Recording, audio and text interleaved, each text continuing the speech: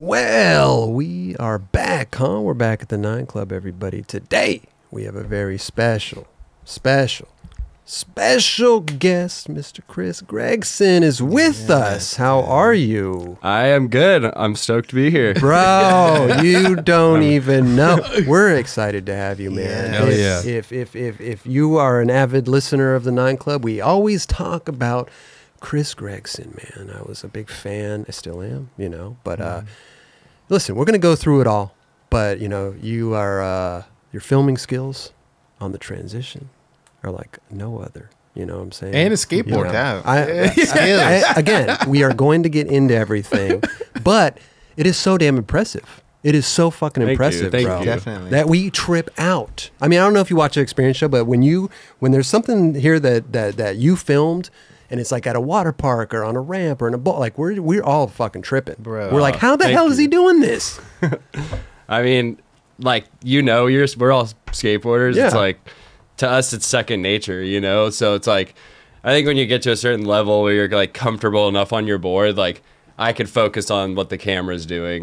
And I'm not worried about me falling on a kick turn. Yeah, right. I mean, there's definitely times I get scared, don't get me wrong. But like, I like to like push it to that level where it's like, it almost feels like I'm trying to trick or something, Sure. But like, Yeah. I mean, yeah, but it's like, to us, it's just riding a board. It's like, you can almost turn your brain off, So it's like, I'm able to like focus my brain on like what the camera's doing and not as much like skating. Do you ever like fuck around and filming something, you go for a little scratch? Oh, all the time. Yeah, for sure. Yeah. Okay. Sometimes you have to get speed. Like, That's like true. I can't even. That's true.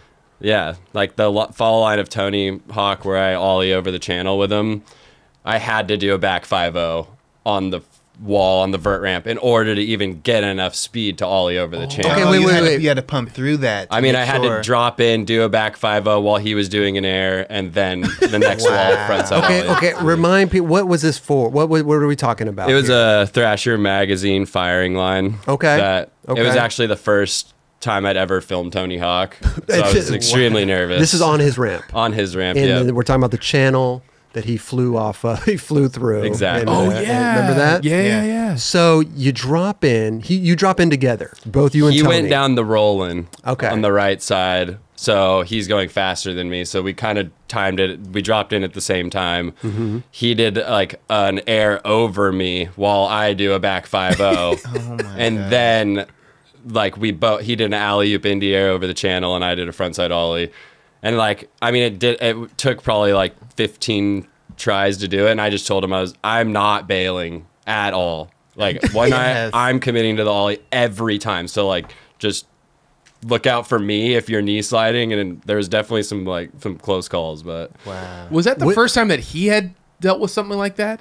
for sure. I mean, Yeah, who else is filming Tony? Yeah, Doing not like a that. back 5-0. Yeah, not like Like, I mean, now listen, he's that- ollieing over Andy Mack all the time. You know what I'm saying? But like, I think Andy Mack's not filming. Yeah. So he's used because of all the doubles stuff his whole career. I think it wasn't abnormal to him to have someone following him. Right. But I think it's always at first it's definitely something in the back of your head. Like I hope he's not gonna fuck me up. Can you imagine, like double guessing Tony Hawk? Seriously. Shit. I was so nervous that I had Riley come and film a second angle because I grew up with his son Riley Hawk. So amazing. I had filmed him and skated with him my whole life. But I was like, you got to come and film a long lens angle so that it's like not just me and your dad. Yeah. Wow. So he filmed the long lens angle. And Now, when you're doing the back, I'm guessing you discussed this before with Tony. Oh, right? You're yeah. like, okay, this is what I'm going to do.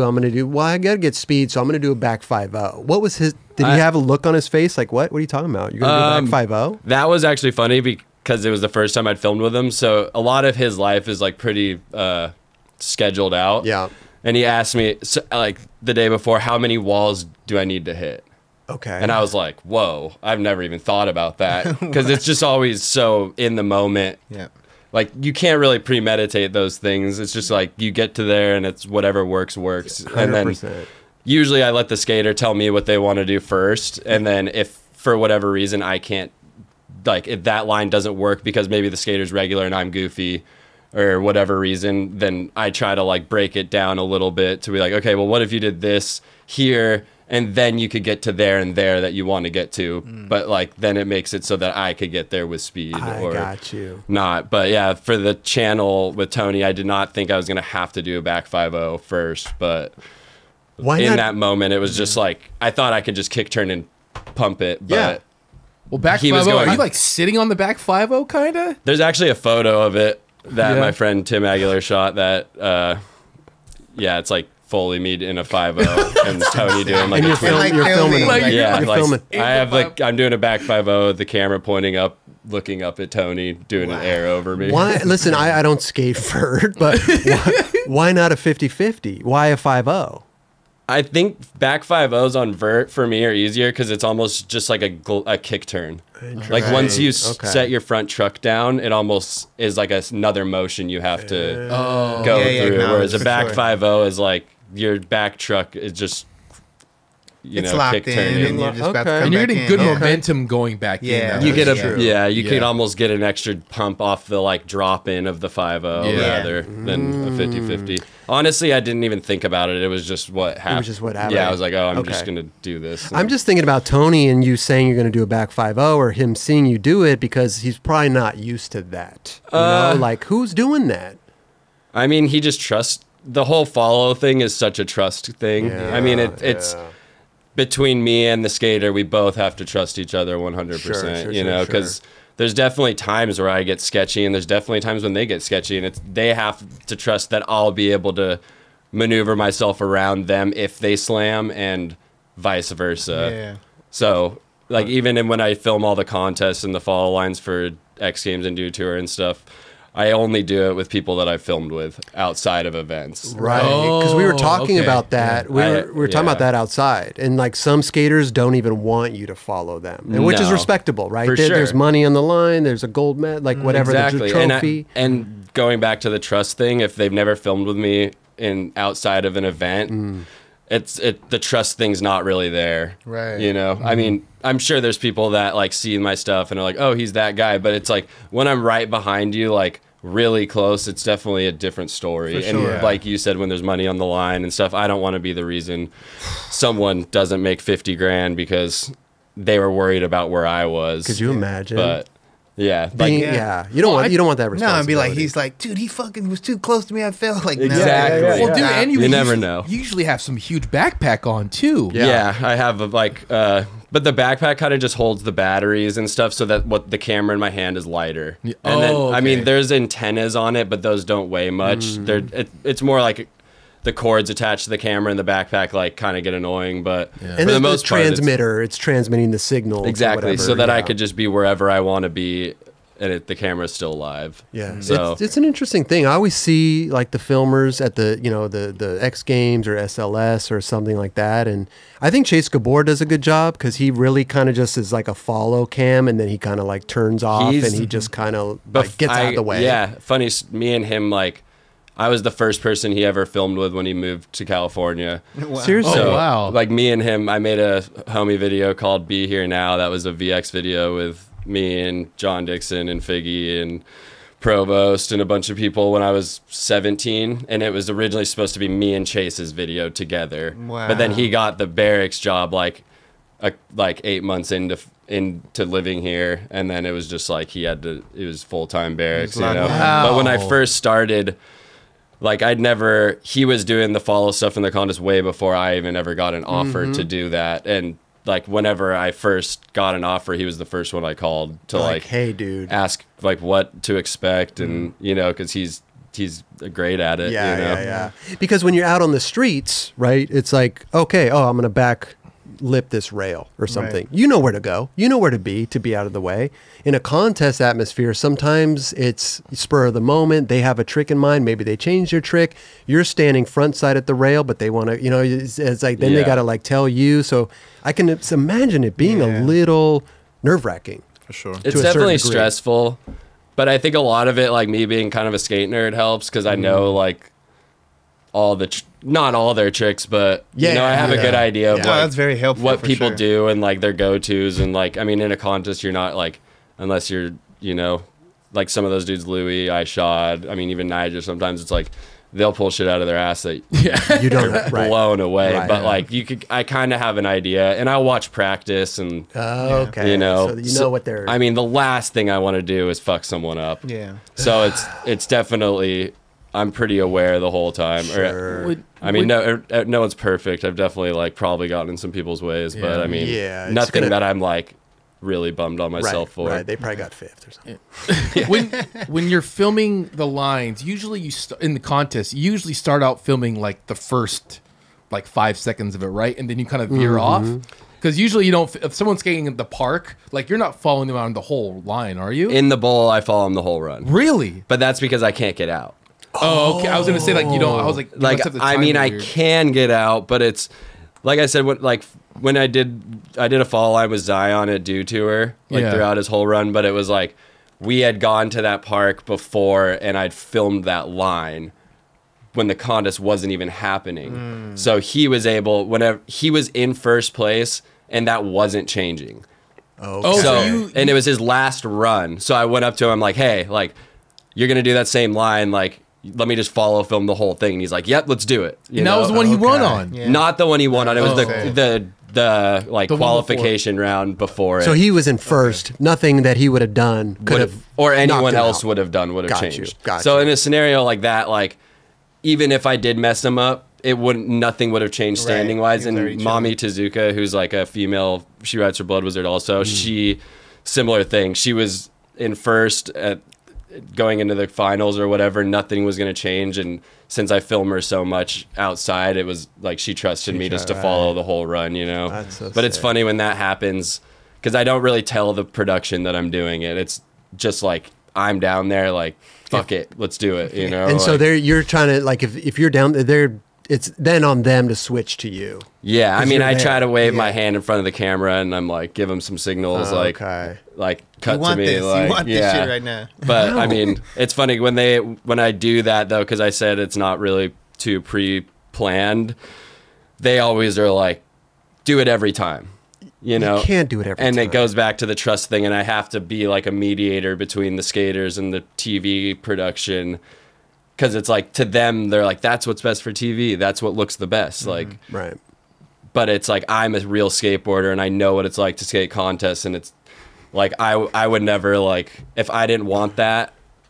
Somebody's dropping in behind you. It's funny, actually, I just did a contest in Estonia, and I mean, whatever. The fact that he's on rollerblades was a little weird, but like, there was a rollerblader like follow filming in the contest. Oh. And he was killing it. Okay. Because it's like the mobility was insane, you know? Yeah. Well, they can turn on a dime, right? And insane. Like, but like me being that's what I do, I had to go up and be like, hey, please, like, don't follow me in the run. Okay. Oh, so you had a reverse role right there. You were skating the contest. Yeah. Yeah. And he was out there, and I just had to tell him, please don't get in there. Because it's like, I don't even know. That would just be too much. And it's like in my head, but of like worrying, like this dude doesn't know where I'm going to go. You know? Right. Yeah. Because like it goes to the trust thing. I've never filmed this guy. I've never seen him. Right. And it's You're on the rollerblades. Yeah. Yeah. But he's on rollerblades. Whatever. Fuck it. Like I said, he was killing it though. like, because he didn't have. There's no stance. It's just straight forward. Yeah. Right. Yeah. Which is crazy to me. You know, it's just like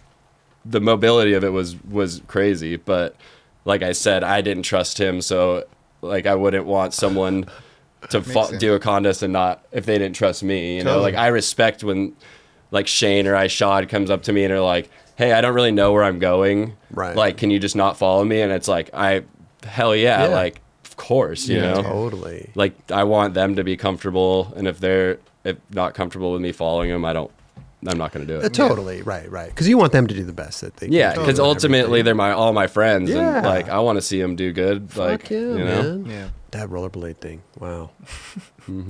So when we go back to the Tony Hawk thing, you are skating, you are everything. I mean, you're trying. You've been doing this for a long time. So I'm just trying to think of like, you know, nowadays they have image stabilization, they have all this stuff. I mean, you're olling a gap. You're doing a back 5-0 while you're filming. Is it coming out the way? Are you reviewing it every time and seeing like, oh, maybe I could do this, maybe I can? Oh yeah, I watch every attempt. You do, okay. I film for sure, right? Especially just for what you're saying to see if there's anything I could do better. But sure. At the end of the day, like it's gonna be shaky probably a little bit, but like to me that's real. Yeah. It's like I don't care if people talk shit on that it's shaky. It's like I'm just on my board trying it's real. to do it. Yeah, you know, totally. like I it love doesn't that. really. Yeah. So it's like I don't. Yeah. I try to keep it as minimal as possible, especially with like what I'm doing. I don't really want a lot of weight or like add-ons to it, you know. Yeah. So Yeah. Well, we were looking at the thing here that you had that Jason Hernandez and his dad made for you. Yep. And it's actually really light. When I picked it up, I was like, oh shit, this is like aluminum and you know. duct tape together. As long as that thing works, I you're know. good. I know. The best follow filmer in snowboarding duct tape that together for me. Did he really? Yeah, his Amazing. Instagram's Gimbal God. If you haven't heard of him, check him yeah. out. Gimbal God. Okay. Sick. He's next level. We did a great duct tape job, man. I hooked think me it's up. electrical tape, actually. Yeah. He did Well, the didn't you real say deal. you wanted to replicate a VX1000? Yeah, but like The handle. yeah. So I'd only Interesting. Yeah. I've only filmed VX my whole life, you know, because that was when I got my first camera. It was a VX 2100 when I was 13 years old. Damn. And then me and Figgy and David Lloyd, Provost, we all filmed a homie video when we were 14 called KO. So sick. And then that was kind of just like my first, like we all filmed it, like filming each other, but like I ended up just kind of like filming more of it, you know, and taking it then on. like I edited it and stuff. And that was kind of like, I never even thought of being a filmer ever in my life. It was just like something I did when I wasn't skating, you know, Right. like there's just so many times you're at a spot sitting there.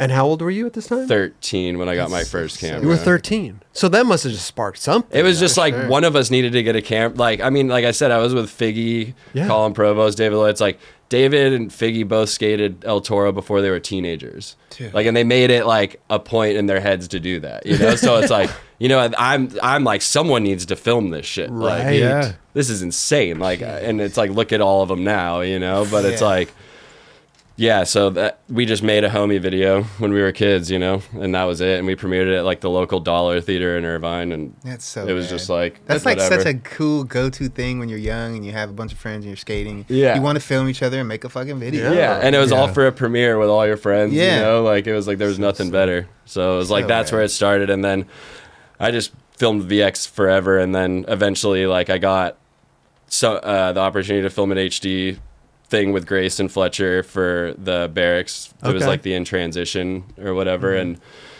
that was kind of the first thing that I think I really did where it was like I filmed all of it. Like, I mean, like the homie videos and stuff, and then did that. But Cole Matthews, he was working for Element at the time. I pretty much owe like everything to that guy. Amazing. Because he really like, I mean, I was working at 7-Eleven like oh, really? Wow. fucking 40 hours a week, just like Damn. doing whatever. And then he hit me up out of nowhere to film that thing. And then I was like, sure, I've never met Grayson, but like he had seen, I'd done like a couple follow lines with a VX that I literally didn't even cross my mind as being anything at all unique or Okay. whatever. And then he was the one who saw that and was like, I want you to film this thing with Grayson. I want you to film it all like this. And I was like, okay, sure, no problem. So we went to Mammoth for 3 days, filmed Grayson, killed it. And then at the end of it, he was like, do you want to keep filming Grayson? And I was like, sure, but I don't have a camera or a car or a computer or anything. And he's like, see that camera in your hand? Like, that's yours. And he's like, here's this, like, here's, like, I'm going to pay you monthly. You're going to be Grayson Fletcher's filmer and film for that. And I was way.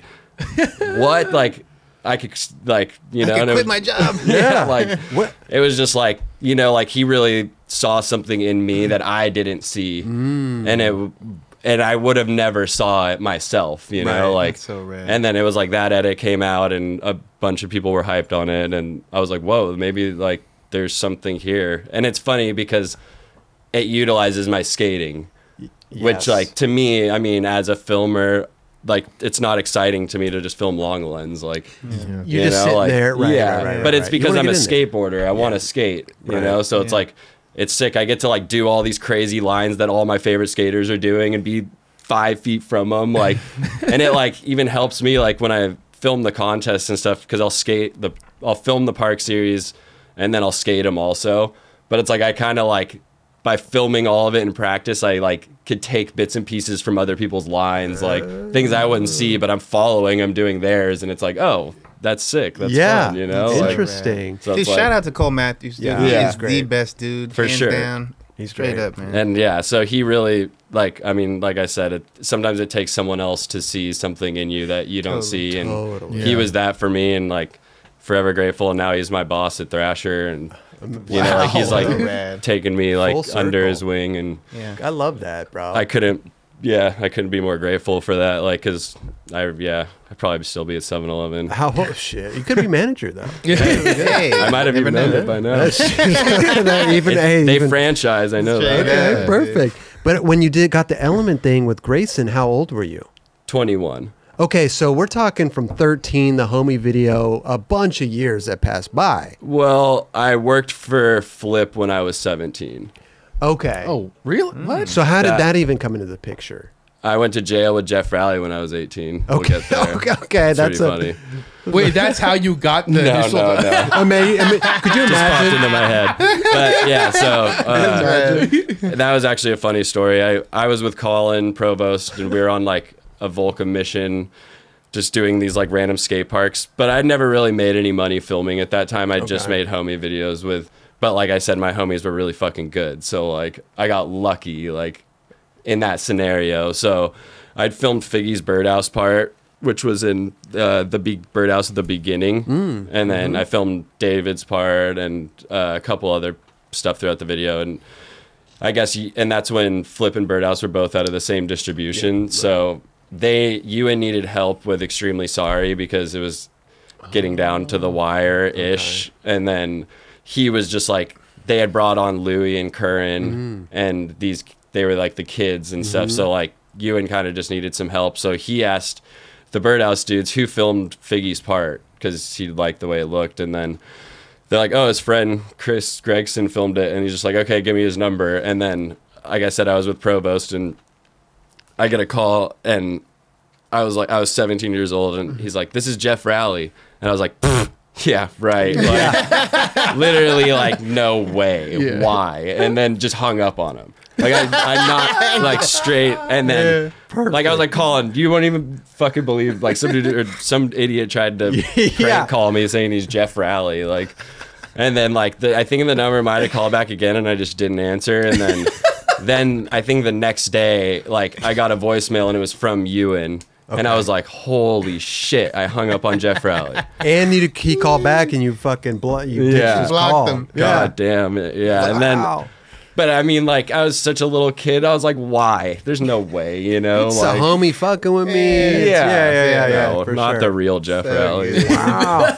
So then how did you call him back? Ewan was like, we want to have a meeting or whatever. And I was like, fuck, okay. Like, I've never been in a meeting in my life. I'm 17. Like, we meet at Starbucks in Huntington Beach, and it's me.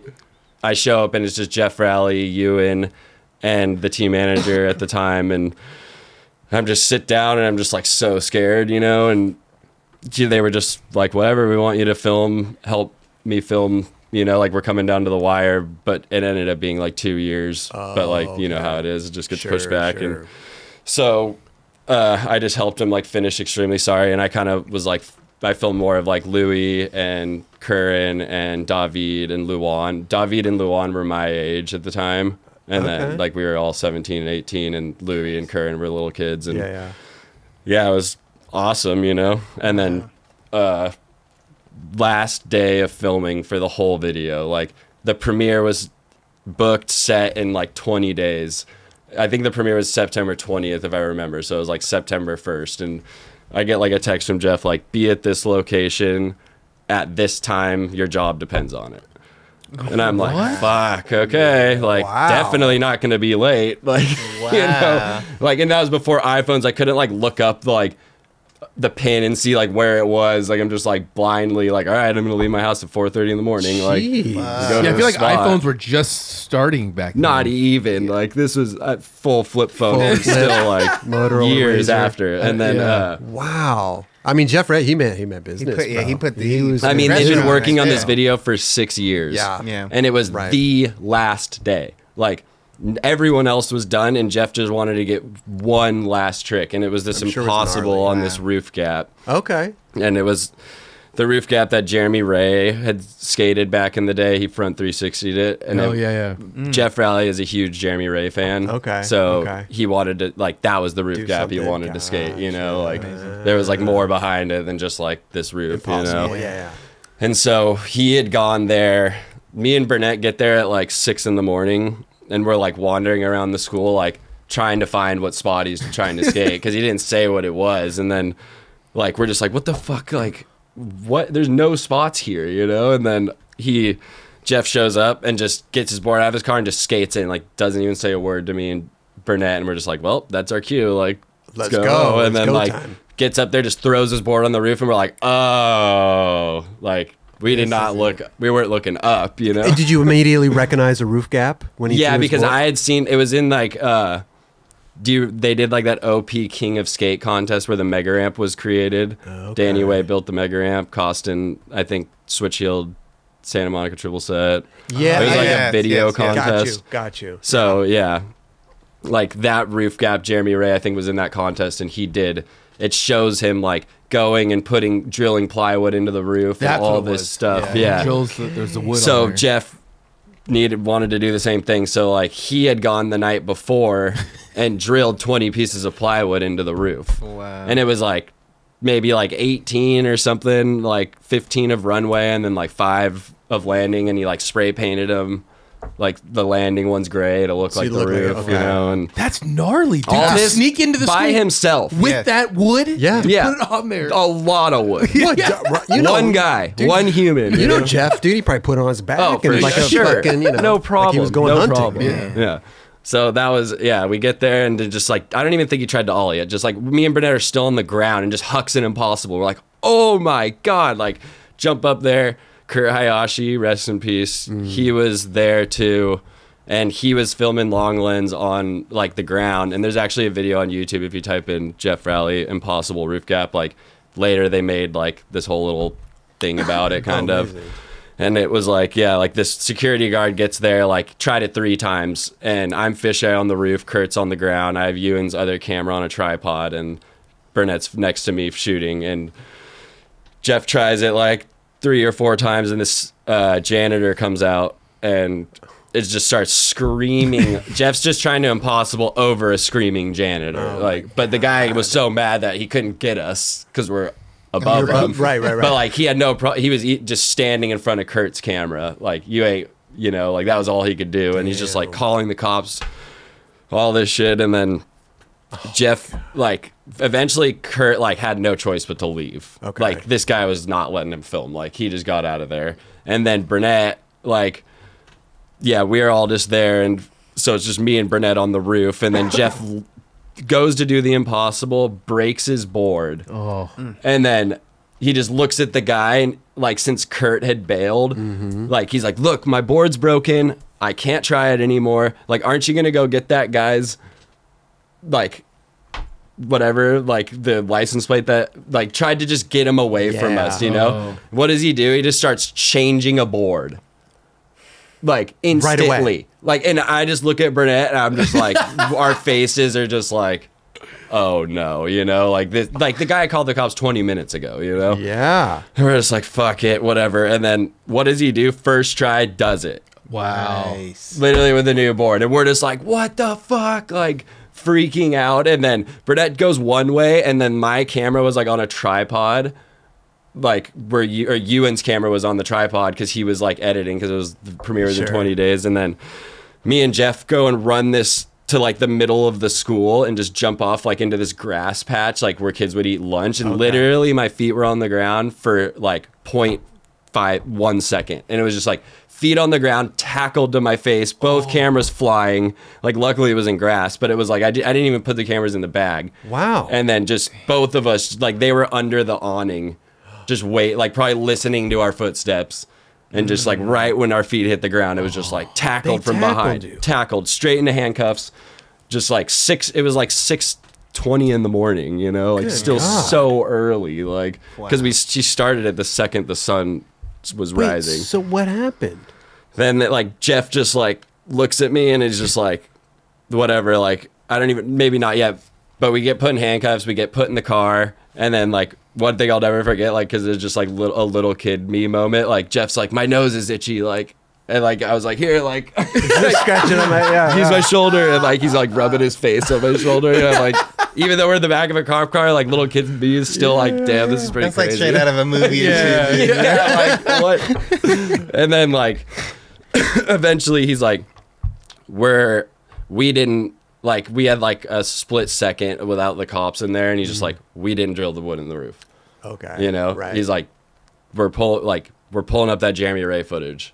You know, because it's like, it shows him drilling the wood in the roof in that contest. Yeah. And this was And I'm years like, before, right? This was like the OP thing was years before that, but it was just like a way out of it. Like, we weren't even going to say anything about the wood, but if somehow they brought it up, I've been like, we'll take you to Jeremy Ray's house right now. Yeah. Man. You guys could fucking, he's the one who drilled it. They'd have to climb on the fucking roof to find out that. So right? that's why we're like, there's no way, you know? And so they take us to jail, split us up the second we get there, and like put us in 2 separate rooms. I get 3 phone calls, no one answers because it's 6:20 in the morning. Yeah. You know? Let that And I'm ring. just so stressed out. Like, I'm by myself, 3 phone calls, no one answers. I'm fucked. What the fuck? I'm 18. Like, just turned 18 3 weeks ago. Like, oh, I'm never going to jail. Like, first one things did you go to? first. It was at La Habra High School. Oh wow. Okay. So like that was That area, too. Yeah, not the best area. Yeah. Like, at least going to jail. So it was like, we were in there. They split us up, and I'm just like, yep, we didn't drill the wood in the roof. Jeff, we didn't drill the wood in the roof. This guy did it. This guy did it. Blah blah blah. Stories match, and then they finally put us together, and then they're like, so you didn't drill the wood on.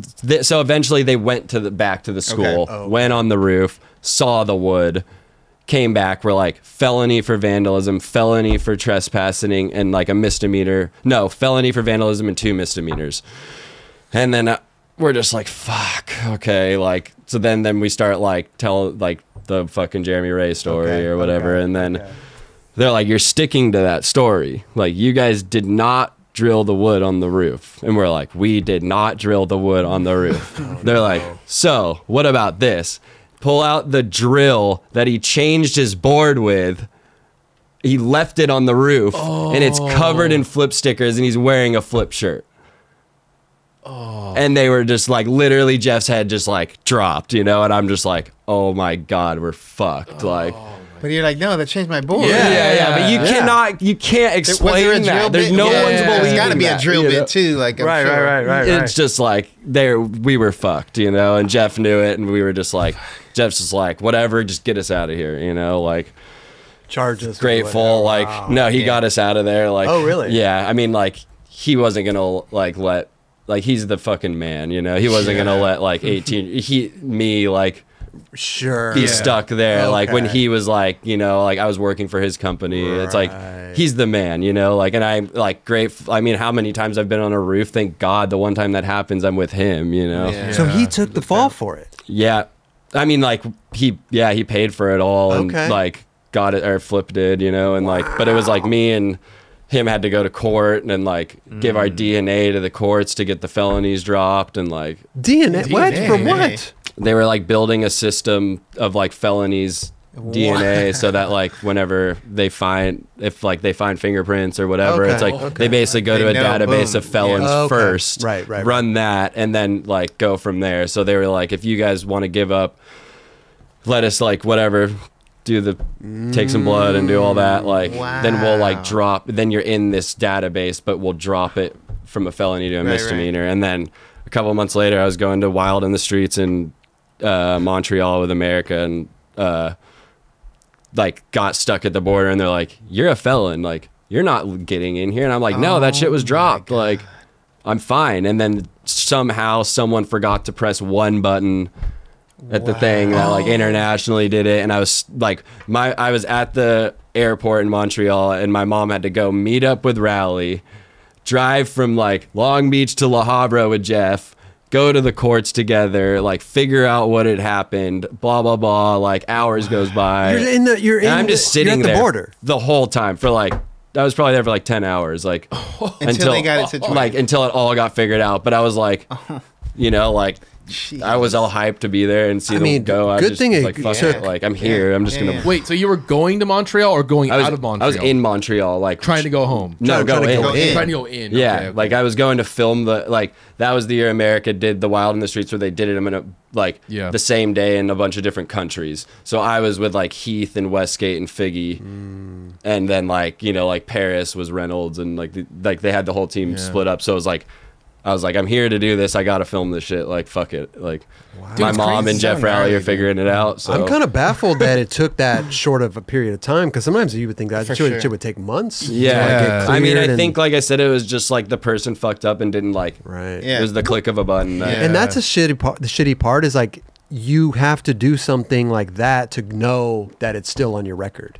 But thank God it was me Right. and not him, because he had already had a felony prior to this for skating at Las Vegas University. Oh, okay. Right. So like, this was like his second offense, and it was like 3 strikes, you're out. Yeah. You got a So it was felony like- for skating at UNLV? Yeah, it's a pretty crazy story. He was just going in like pretty sick because he told me this while we're in a jail cell. So I was like, I've been here before. Yeah, kid. like, don't don't worry worry about it. Don't worry about it. yeah, we'll get out of here. Don't worry.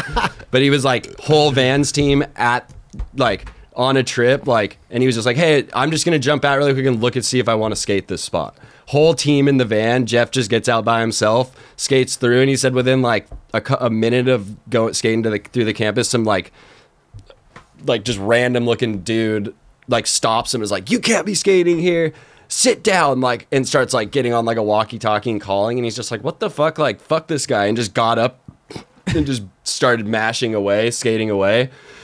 And then he said the guy was just chasing him the whole time, like, you're gonna regret this, like, blah blah blah. And Jeff's just like, whatever, fuck you, you know, like, and just skating through. And he said he like skated out one side of the school straight into like rounded out cop cars. Oh my God. And the guy was just like, I told you. And he said he just tackled him and was just like smashing his head into the ground, like brutally, like. And Jeff's like That said he had serious. to like go to like Vegas jail, and like all this whole time the Vans team's just like waiting for him to come back to the van, and he's just like getting his face bashed in, like going to jail, like, and they're all like, Bro. "Where's Geoff?" Like, Jesus. you know, Don't they have anything better to do? A Yeah. fucking kid skateboarding through a school. riding on You're flat gonna ground. regret Yeah. this. Not even by himself. Like, what the fuck? But yeah, Don't so, they like, allow skateboarding on campus? I mean, maybe not then, you know, Because most schoolyard or most colleges, I think. for sure now, that, yeah. like, Stuff. But yeah, so that was like, it was his second strike, and it was like, I'm just glad that it was me that like found out at a border, Right. because he's not a citizen and has already had Yeah, those yeah, two yeah. offenses. Right. So So it's like, he if had- he would have been in my situation, it would have been a lot uglier. Right. And then he had the opportunity to go there and do With all my this mom, stuff. Right, figure right, it out. right, So right. like then he knew it's like, okay, this is clear. Canada's gnarly, man. They won't even let you in if you got a DUI. So, 10 years. I mean, Yeah. They're fel- strict felony. going in They there are. for sure. They are. Yeah, but I mean, yeah, it was just a crazy situation. I mean, yeah, being 18-year-olds in jail with Geoff, like, That's You know. amazing. I'm bro. sure he got a lot more respect for you after that happened. He was, oh yeah, I mean, he was like definitely no other. This is the first time I've been in jail with anyone else before, like someone like that. You know? yeah. And it was like I said. Now that I look back on it, it's like I'm so grateful he like got us out of it. Like, Yeah. he's the fucking man, you know. And it was like now I got like a story to live with forever. Fuck That's yeah. like, you know, like going from playing him as a character in the Tony Hawk game to like I'm in jail You're with in him. jail with them. Like, what the fuck, Right. you know? Like, Right. That's incredible, dreams bro. do come love true. They do. So you were you filmed 2 years with the flip. Yep, with the flip and guys. then till I was 19, and then or like 18 and a half or something, and then shortly after, because I was just like there to help finish the video. yeah. And once the video was done, I was just like, I started. I was on retainer for America to finish Stay Gold. Gotcha. With Okay. like because I grew up with Colin and Figgy, and it was like similar situation. Minor was with like Reynolds and Heath, and like trying to Either like breaking it up a little bit, And then yeah, I yeah. filmed like Marquise and Colin and Jamie and Figgy. So like at least sick. for like the last same kind of situation last year Right. or so of the video. But like Minor like put my name, like it says like filmed by like John Minor, Mike Manzuri, Chris Gregson, you know, which is like I mean to this day it's like the fucking such a monumental video, you know, It's a like good video, like for him bro. he didn't have to put my name in there, you know, like, but like I'm so grateful and That's hyped, you know. incredible, Like, bro. Fuck yeah. and now, my red and black VX is. There it is. Yeah. This is the fisheye that filmed all of Stay Gold. That's incredible, bro. 6 years, not That's a- one dent. That's Wow. That thing looks pristine, bro. It does. Same with the camera too. Like the same whole thing. No, just the fisheye. Just the fisheye. Okay. Because I was letting my friend borrow the fisheye, and he was living at Figgy's house, and some crazy party night, camera bag gone, Oh. and fucking like whatever. This is actually a ridiculous story too, but so like my homie loses the camera bag. I post on Instagram like, hey, this dude, my homie made a GoFundMe. Like my lens was in it. Like we're trying to like just gather the stuff back or whatever, and then like an hour later, like my homie Juice, whose camera was like, dude, this guy from Incubus filled the GoFundMe and was like, whatever it takes to like get Gregson footy or something. And I'm just like, wait, what? Fucking Incubus? Like, wait, Do you know what? who it was on Incubus? This dude, his name's Michael Eisinger. He's Bro. fucking awesome. I went to school with him. No way. Yeah. What? Yeah. That is Incubus. insane. I was homies with him. He's the shit. in high school. He's got a mini ramp at his house. Does he really? Yeah, We like- lost contact after high school, but yeah, dude. What is he? Mikey, yeah. Where is he? What is he in the band? Guitarist. Yeah. Oh wow. Yeah, Okay. Yeah. That's so But yeah, I think so it's a like local whatever. band. Is they out Like of what the fuck? Calabasas? Like Where they at? I think he lives in Malibu or something. Yeah, Yeah, yeah. Malibu. That's where we went to school together. He got us, Yeah, me and yeah. Gurney and my lady. We wanted to like shoot My Lady Loves Blondie, and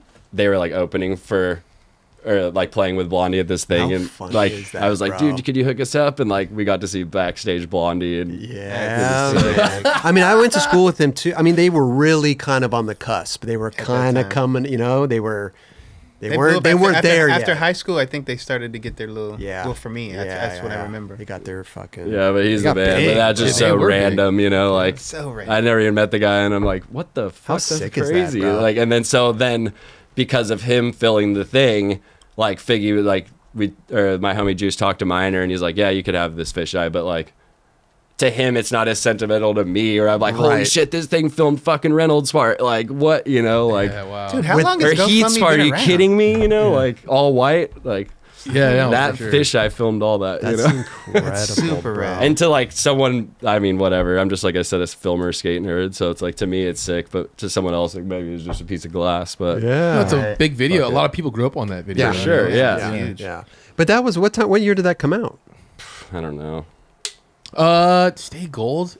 Was that like 2014? Because I like Drone said, I think like the GoFundMe's been around for. Yeah, I was like, how long has GoFundMe been around? Yeah. Let me look at that real quick. maybe it was like I the mean, that- beginning of it. Right. Yeah, it had to This be. was definitely after the video. After Right. You know. Stay Gold Yeah, was yeah. 2010. Like he was trying. 2010. He was trying to Gotcha. get like obviously this fisheye meant nothing to him anymore. Like he had gone Yeah, full yeah, HD yeah, at that point. Sure, like, sure. But it's like fuck it. One day if there's like a film or skate museum, it's like that thing's going in there. You know. Dude, that's amazing, bro. Well, I where- love that shit. How are you? So you're filming all the time, but are you skating and getting footage too? Like, Yeah, it's actually funny because I was always really scared of like going full filmer just because I love skating so much, and it was like I never started skating or I never was like I'm gonna be a filmer, you know. yeah. Like I was always like I'm gonna be a skateboarder, Right. you know. So it's like the filming thing was just like what I did for fun and like along. I mean, it all tied together, you know. 100%. So it was just kind of funny that it ended up the way it did, but. But it's just interesting because, like, you know, listen, I hate it because when the filmer is out there, they're having fun, and then you have to, like, you almost Yeah. have to take away their fun. Hey, can we film this? Yeah, you know but what I mean? And how do you dude, like? I got so divide that? lucky, like with my life and my job and like how I film and who I get to film because it's literally just my homies. You know, like Sure. Yeah. like all these dudes are dudes I grew up with or ladies that I like. You know, Lizzie. Like I'm filming a Lizzie part for Vans like all Sick. this next year, and it's Hell like yeah. I'm so stoked. You know, and it's Right. like just stuff like that where it's like that's the skating I like. That's the skating I do. These are my friends that I grew up with. Like, and I get to like. I mean, you guys all know, like, filming with your friends is the best shit ever. It's like, Yeah. Hands you know, down. like, I don't even... So it's like, if I could, like, help my friends out and, like, Yeah. they could film with me and it's like, they're comfortable. It's like... But, yeah, going back to, like, the skating thing, it's like, when we're on trips, it's like, if I really want to get a clip, I'll skate first. Oh, okay. Okay. Like, but it's, like, usually, like... So that, like... Because I hate when it's, like... I feel like, fuck, I'm trying to trick in there. Everyone's killing it. So it's like usually like people, it takes everyone like a little bit to warm up, you know? So it's like, I've actually trained myself to never warm up because of it. Get out and go. Fuck it, I think I could do it. Like, I'm going to just try it because it's like, I don't want to like waste time or like. I mean, that's a lot of pressure. But not really because I'm just with my friends. I know, but who's filming you? I mean, it just depends. Like, who's the go-to? I'm actually, I'm doing a part right now that's just filmed by pro skaters. You should call Geoff Rowley. I mean, it's just kind of like whoever I'm with. If I feel like I'm skating, want to skate, it's like, fuck it, here, film this. That's so funny sick. because, you But know. I have the clips of the people handing the camera back to me, so every clip is like, will reveal who filmed it. You know? Oh, I And it's love like- that. Concept. That's a And cool some are concept. like unbelievably bad. It's literally going to be the worst film part ever. But like, fuck Bro, it, you know, but that's like, a great concept. That's Yeah. yeah, and Oh it's my just God. like I'm always out skating every day, but it's like I said, I'm never with other filmers usually, so Yeah. it's like, Yeah. fuck it, the And this skaters is- are my filmers now, you know. This might Everyone's be. a filmer anyway. They Yeah, got fuck dude. your cameras, That's though. true. This might be harsh to say, but also like you're so good at filming the transition stuff that like if somebody else is trying to film you, I wonder if you ever look at the footage and are like, Oh yeah, it's the worst. man, Oh, I yeah, wish I that's was all fucking a little Yeah. better, bro. I'm so picky, it sucks. Yeah. Like, it's like, The- oh, But who's good though? Which one of your friends you're like, oh, dude, I want to hit up? who's like Phil? Yeah, who's the- Tony? Oh, really? He's the best. He's- I mean, you yeah. see his Instagram, he's follow lining That's all true. day. That's You know? Yeah. What about Colin? It's just Colin filmed one, and it's not the greatest. you know? okay. But and like Tom Shari filmed a long one with me at Kona Park, and I was like surprisingly shocked. Omar Hassan, worst one yet. Like tried stabilizing it, tried fucking fixing it so much, and just like there's no saving it. But it's even better. You know? I love that. I got a clip. Bam filmed me a clip of me. And How was his filming? he killed? It was actually that's the funniest clip because I do like a front three nose grab over this like gap at this place in the desert, and he goes to hand the camera back to me, and I'm like, did you get it? And he's like, I know the fucking deal, and just walked away. It's insane. That's on film too. On film. Yeah. Oh, love That's that. going in Yes. the part for Yeah. sure. Little one-liner. When are you trying to get this part going?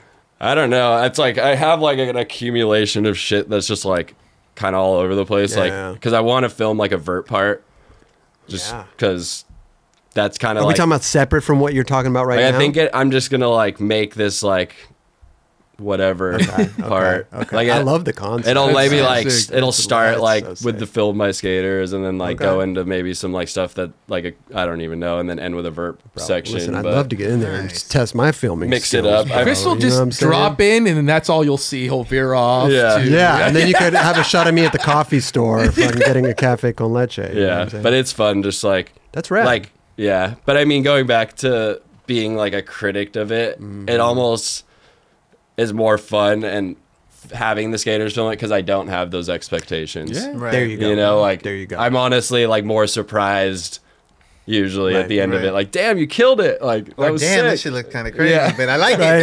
yeah.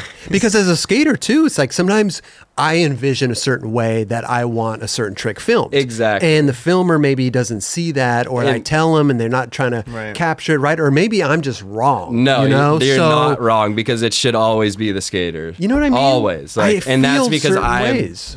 I've been in so many scenarios like that where it's like I said, like especially me with my brain, like if a filmer isn't gonna like listen to me, like Yeah. it's just like frustrating kind of. But like I always ask How the do you want skater, something like, filmed? do you have any ideas or like anything that you're like, ways you want it to Right, look? right. I mean, it's And it's like I'm filming with like Ty Evans or like or even Yeah. Raj or some of these people, and you're like, am I really going to tell Ty Evans right now that I don't want him to film it that way? I want him to Yeah. film it this way. I've never Like, questioned But that. it's like, That's really- fucking, You know you're what the I'm one saying? doing this trick. You're doing the hard part. Like, that's how I am. It's like, I'm here to document, like, the skater the way they want it to look. I just love You know? fisheye. First, Like, yeah. like I love long lens, but I love in your face skating. The trick's right there. That's Yeah. what I love. Well, it's kind of It's something. like I don't know what's gonna look the best. You do that. You make me look the Right. best. Yeah. And there's so Right. many people that are like that, Yeah. but then there is so many people that like have a very like photogenic brain and like an artistic, like so many skaters, you know, like are into so many other things that it's like Totally. someone like Mason Silva, who's super into photography, like he might actually have a vision, Right. And it's like I would like and see something that I wouldn't even see, Right. You know, and it's Sure. like that's why I always ask, because it's like that's how you learn, you know, like Another just thing talking to good people. too is that they could bounce ideas off you of tricks they want to do or For certain sure, lines, yeah. probably. And it's like some people like honestly like direction. Right. Yeah, You yeah. know, like some people would rather like me be like, oh, it'd be sick if you did this here and then like aired that, then I could roll in and roll out, and then like Right. we end in that bowl over there. Yeah. You know, and then they'll be like, oh, sick. But like then there's obviously people that are like someone like Eric Winkowski is like impossible to film because it's like he doesn't even know what he's doing, and it's like Okay. he does those ho-hos and it's like you don't know when he's doing it and he's not gonna like do it again. It's just like Damn. so spur of the moment, like Rayborn too, you know. Okay. Like dudes like that are just like Grant, you know, it's like they're just skating and you just have to capture that. Yeah. Right. You know, and it's like those are the hardest skaters to film. I'm sure. But I'm it's sure. like they're also the best Totally. because of that. Yeah. You know, like that's what makes them so great, you know? And it's like when I get to film Eric or Grant or Rayborn, it's like you actually feel lucky. You know, like, Yeah. because it's like, whoa, like I'm in the presence of like this, and I just am here to just document what's happening, Right. not like, Sure. not be the producer, director, like, you know. But it's like there's some people that like that, you know, Totally. like, Totally. But you're also are you doing long lens as well? Just for, yeah, like, you certain- just don't know, but yeah. like you only. Like people say that to me all the time. Like, do you only do that? It's like, no, you just don't notice when I film long Right, lens. right, right, Because right. it's like it's long lens. It's Exactly, normal, yeah, right? But it's like you notice the follow line. It Yeah. stands out, but Yeah. like because it's different, and it's like that's like I mean my favorite filmers in the world are like the ones that like even if they're not the best, it's like if you could you see 1 second of a clip and you know You who know it's filmed not- it, yeah. like that to me is like being great at it. But you know, definitely like, carved out Yeah. a place for yourself Oh, in thank that you. because like Spiegel, you see a clip in 2 seconds, you know it's him. Ty, same Yeah. shit. Like, yeah. you know, like Strobeck. You know, it's There you like go. you Yeah. know, like people might talk shit on it or whatever, but it's Yep. like everyone notices it the Bro. second you see it, and it's like that to me is like you're bringing something new to filming skating. If you could totally. like create a new style. Well, it was like for French yourself, Fred with you like know? the rolling long lens and all that. I mean, stuff, Spike you was know? the first one to do a follow line. There you go. I owe everything to him. Never met the guy, Oh, but I'd love and to. on a transition, he was the first one to do No, like following? in street. In general. Oh, In really? general. Yeah. He was the first one to ever like film a 2-trick line. Like and roll on his skateboard, fit behind the skater. Wow, I didn't Yeah. realize that. I think it was probably one of the old just whatever girl Sure. videos, you know, Yeah. but yeah. Oh, no, maybe blind. It was probably Yeah, blind it's a video. blind I think it Yeah. was in his epically later they talk about that. Oh, okay. Yeah, Spike. But yeah. If you ever get to meet him, great guy. Oh, I Hands 100%. He would fucking love it. that's you know? so he's fabulous. I mean, he's like for us like skate filmers, it's like I mean, there's not really any much like higher to look up to than that, you know? I mean, the Yeah. dude's like And he's reached the highest level. that's too. what I mean. And it's Yeah. like, but it makes people like, not that I want to be a director or something like that, but it's like, it makes other filmers that like film skating, like be like, whoa, that's achievable. For sure. You know, like I started filming skate videos, but like, and so did he, and he's getting Oscars and Grammys, you know? Right. Like, and it's like that to like a skater, it's like, you need that shit, like, or a filmer to like, be like, whoa, that's possible. Like I could get there, you know, like, yeah. But and it's like he always did it tastefully, always back skating. He always Yeah. was involved with skating. Bro. He owns one of never- the best companies in skateboarding. Oh my He's- God. Exactly, Yeah. yeah. I went on a month-long tour with that guy across the U.S. and literally he was the first one out of the van, skating, and then he was the last one back in the van. That's he was so just sick. he's always filming or skating or he was doing something. Yeah. like he was having the time of his life. Yeah, It and was, like that's so like nice. how I would like to be. You know, Yeah. it's just like whatever. It's like because it's like I said, or I was terrified of like the filming, like becoming full filmer. But what I've realized is it's actually making me skate more than ever. Because it's like I get so many more opportunities to go places and do this and that, and it's Yeah. like Interesting. I'm literally skating every day because it's how I film, you know. And it's like I said, I'm so lucky to travel with my friends and even the companies I work for, Thrasher and like all these people, Monster, like they all like understand that, you know, like they yeah. know that like who I am and like Yeah. what I like to do, and it's Right. like I think I just feel really lucky that like I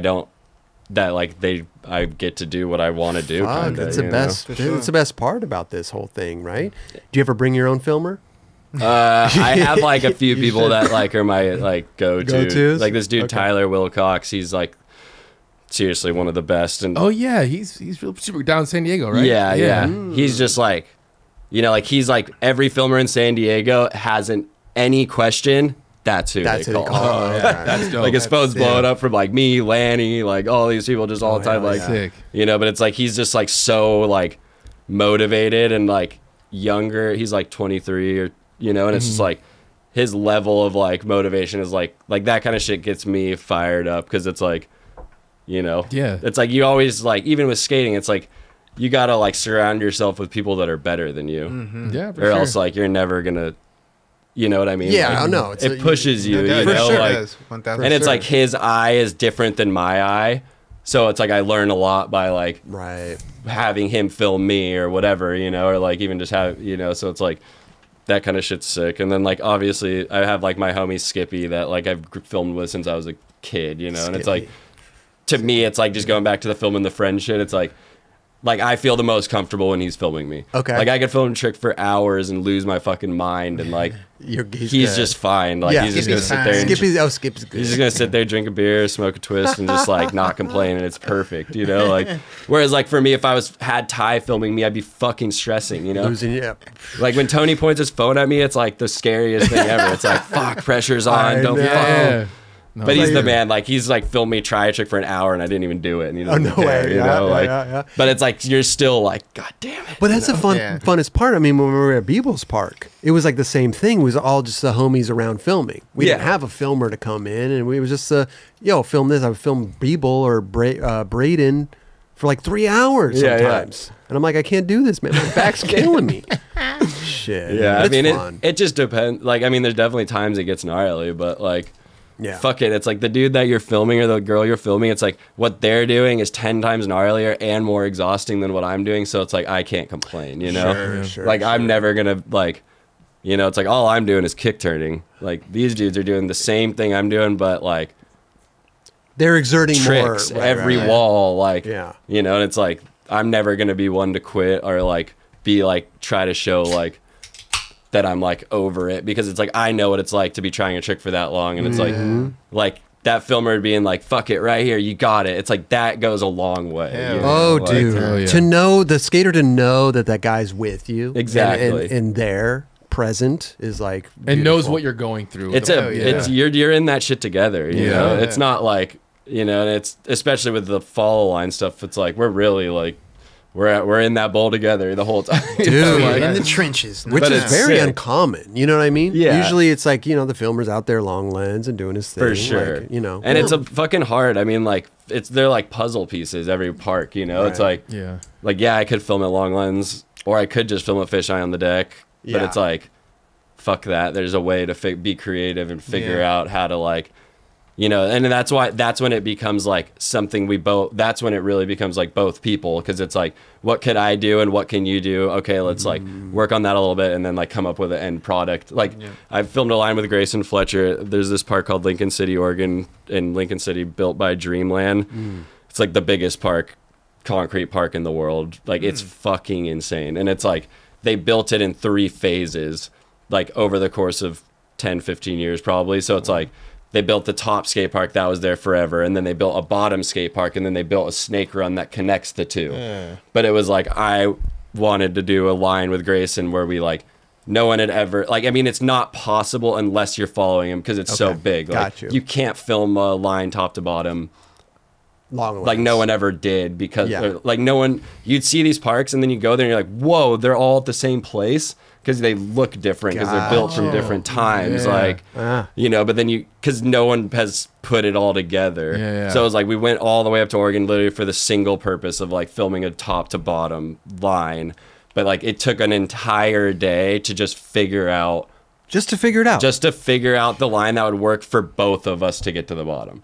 Because it's like there would be times where he's like, I want to hit this wall to go to there, but I'm like, dude, I can't like then I'm not going to be able to get up the quarter pipe on the next side. Like I have to hit this wall. And then he'd be like, well, fuck, that one's frontside for me. I don't have any tricks. Like, you know, and it's like, all right, well, like, you know, it's like, it gets like kind of hard, but like that was like a different scenario where it was like, this park is like Disneyland size and we need to figure out how to get through the whole thing. Like, how long is the line? like 45 seconds. Wow. Of That's a like, long line. like full Grayson, full speed Grayson, like 45 seconds. Your you legs know? must have been tired as fuck. So gnarly. Wow. Well, no, because really, once we figured it out, it wasn't that hard. Okay. Yeah. Okay. But it's like the hard part is, like I said, putting the puzzle together to like find what works for both people, and like yeah. like that was the only one where it was like that was really hard to just do. Yeah, because you don't want to put together like a mediocre or Yeah. a basic line. You want it to be fucking And this was a like good the line. intro to like his pro part, there like you the go. first There you thing that go. like you Right. see. So it was like, fuck Right. it, we have to like. It's got to be good. Yeah. Well, dude, your filming. There's a lot of people when they film a clip, the filming makes it look better. Your filming makes these people's tricks look 1,000% better, which is pretty wild. Because everyone that watches it, they're like, "That was incredible," but who filmed that? And then when they do that, I wonder like,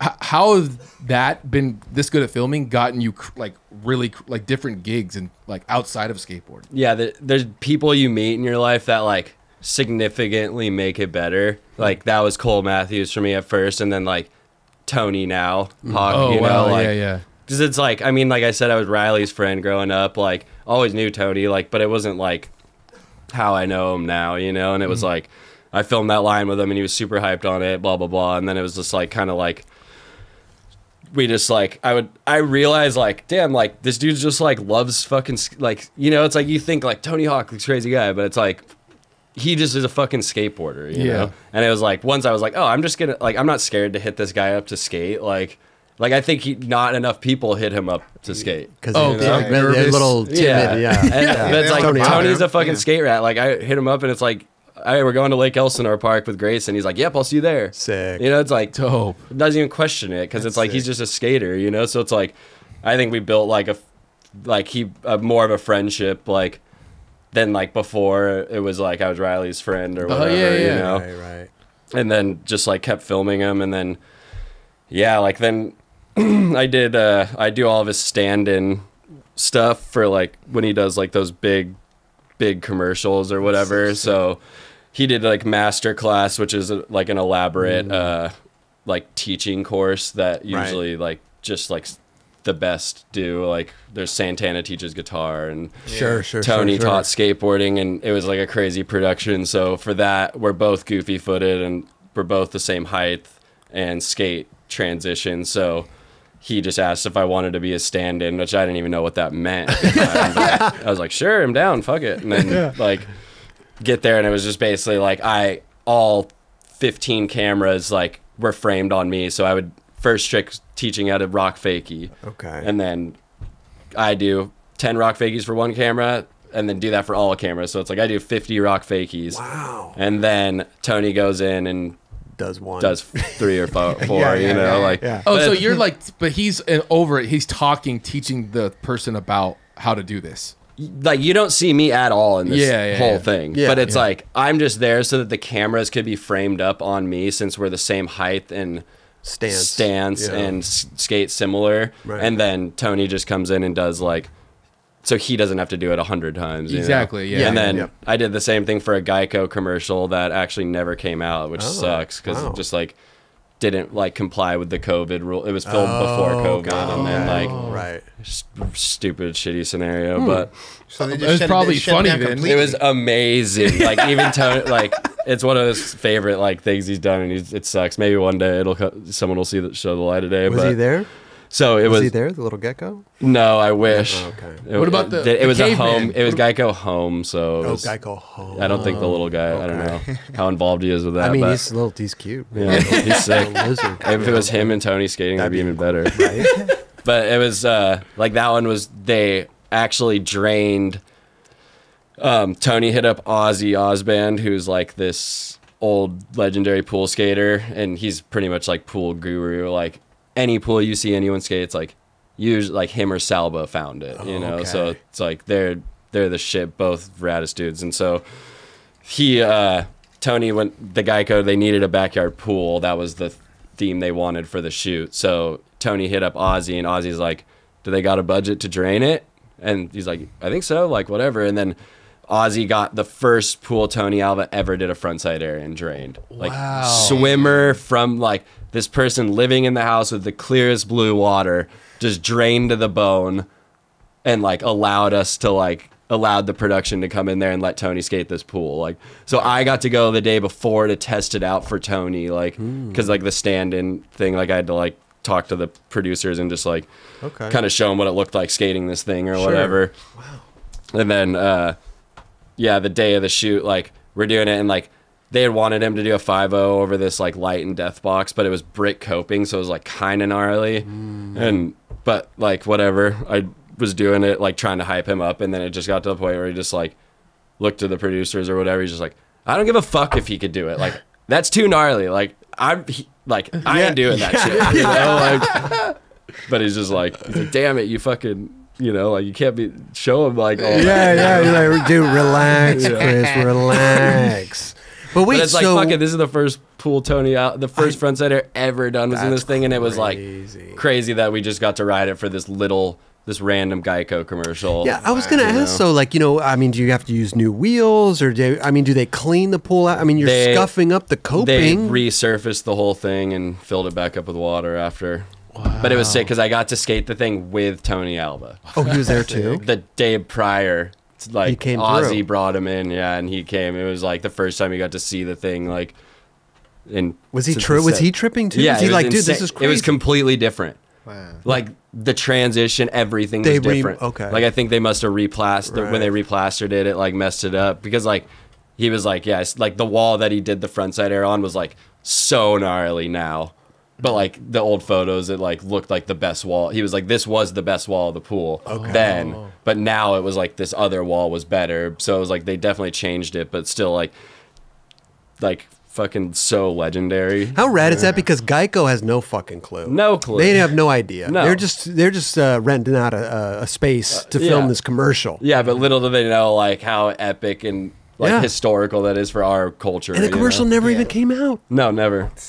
I think like Grant and Pedro Delfino and stuff, like I think like snuck in a session with Ozzy, like sick. So like it was like there was like one session with like some dudes, and then like we did the thing, and then it was done. Wow, that's incredible. She's swimming in it now. Yeah. So they'll never get seen. No. I don't know. Isn't that weird how that works? I mean, they can't just put it out now. The stuff of like Pedro and Grant, I'm sure will come out eventually. And like, I actually filmed a clip in it, like, because I was just like, I can't not film a clip in this thing. Like, so like the whole crew went to lunch the day of the shoot, and there was like one other dude there that was like work with Tony, and he was like filming, and I was just like, once all these people like, because they made me wear full pads. Oh, okay.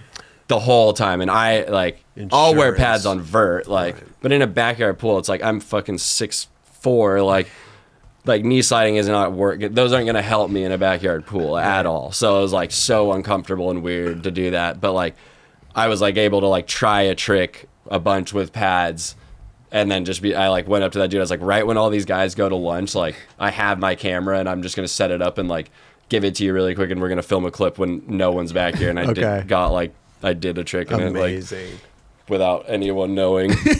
Like, all the people were just eating lunch in front of the house, you know? I'm back there. Did he film it okay? Yeah, he killed it. He killed it? Yeah. Okay. Perfect. Yeah, I mean, he, like, works with Tony a bunch. He's, like, a real skate filmer. Okay, gotcha. I thought that's why I was like, I trusted him. But it was like I had to practice it with full pads on. It felt so whack, and then, like... What an incredible opportunity. That's what I mean. Yeah, some people, it's just like... And then, yeah, like, we did the Tony Hawk, like, commercial where they recreated the level.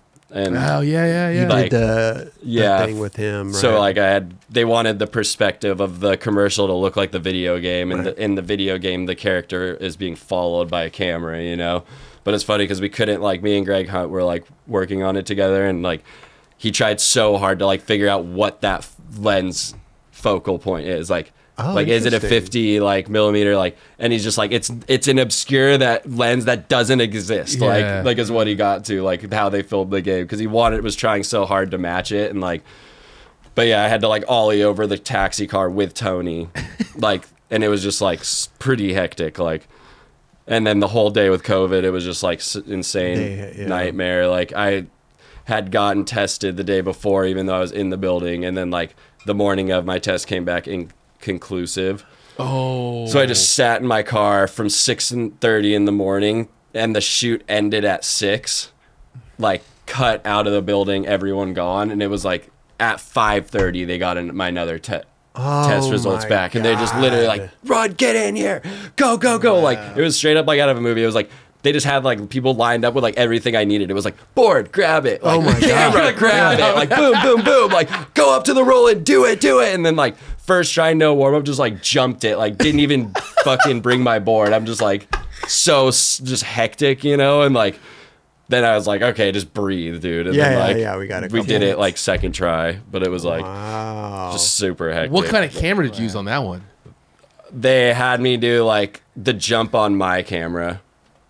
Just because like, so it's comfortable for you. Yeah. But I had to do like the roll in with a red, like a big red. Oh, okay. And then they just like, I like rode as far as I could before like I was gonna jump over the car with the red, and then like they kind of cut to mine really quick, just because like the Komodo, which I have now, is like this miniature red camera, but that wasn't out at that time.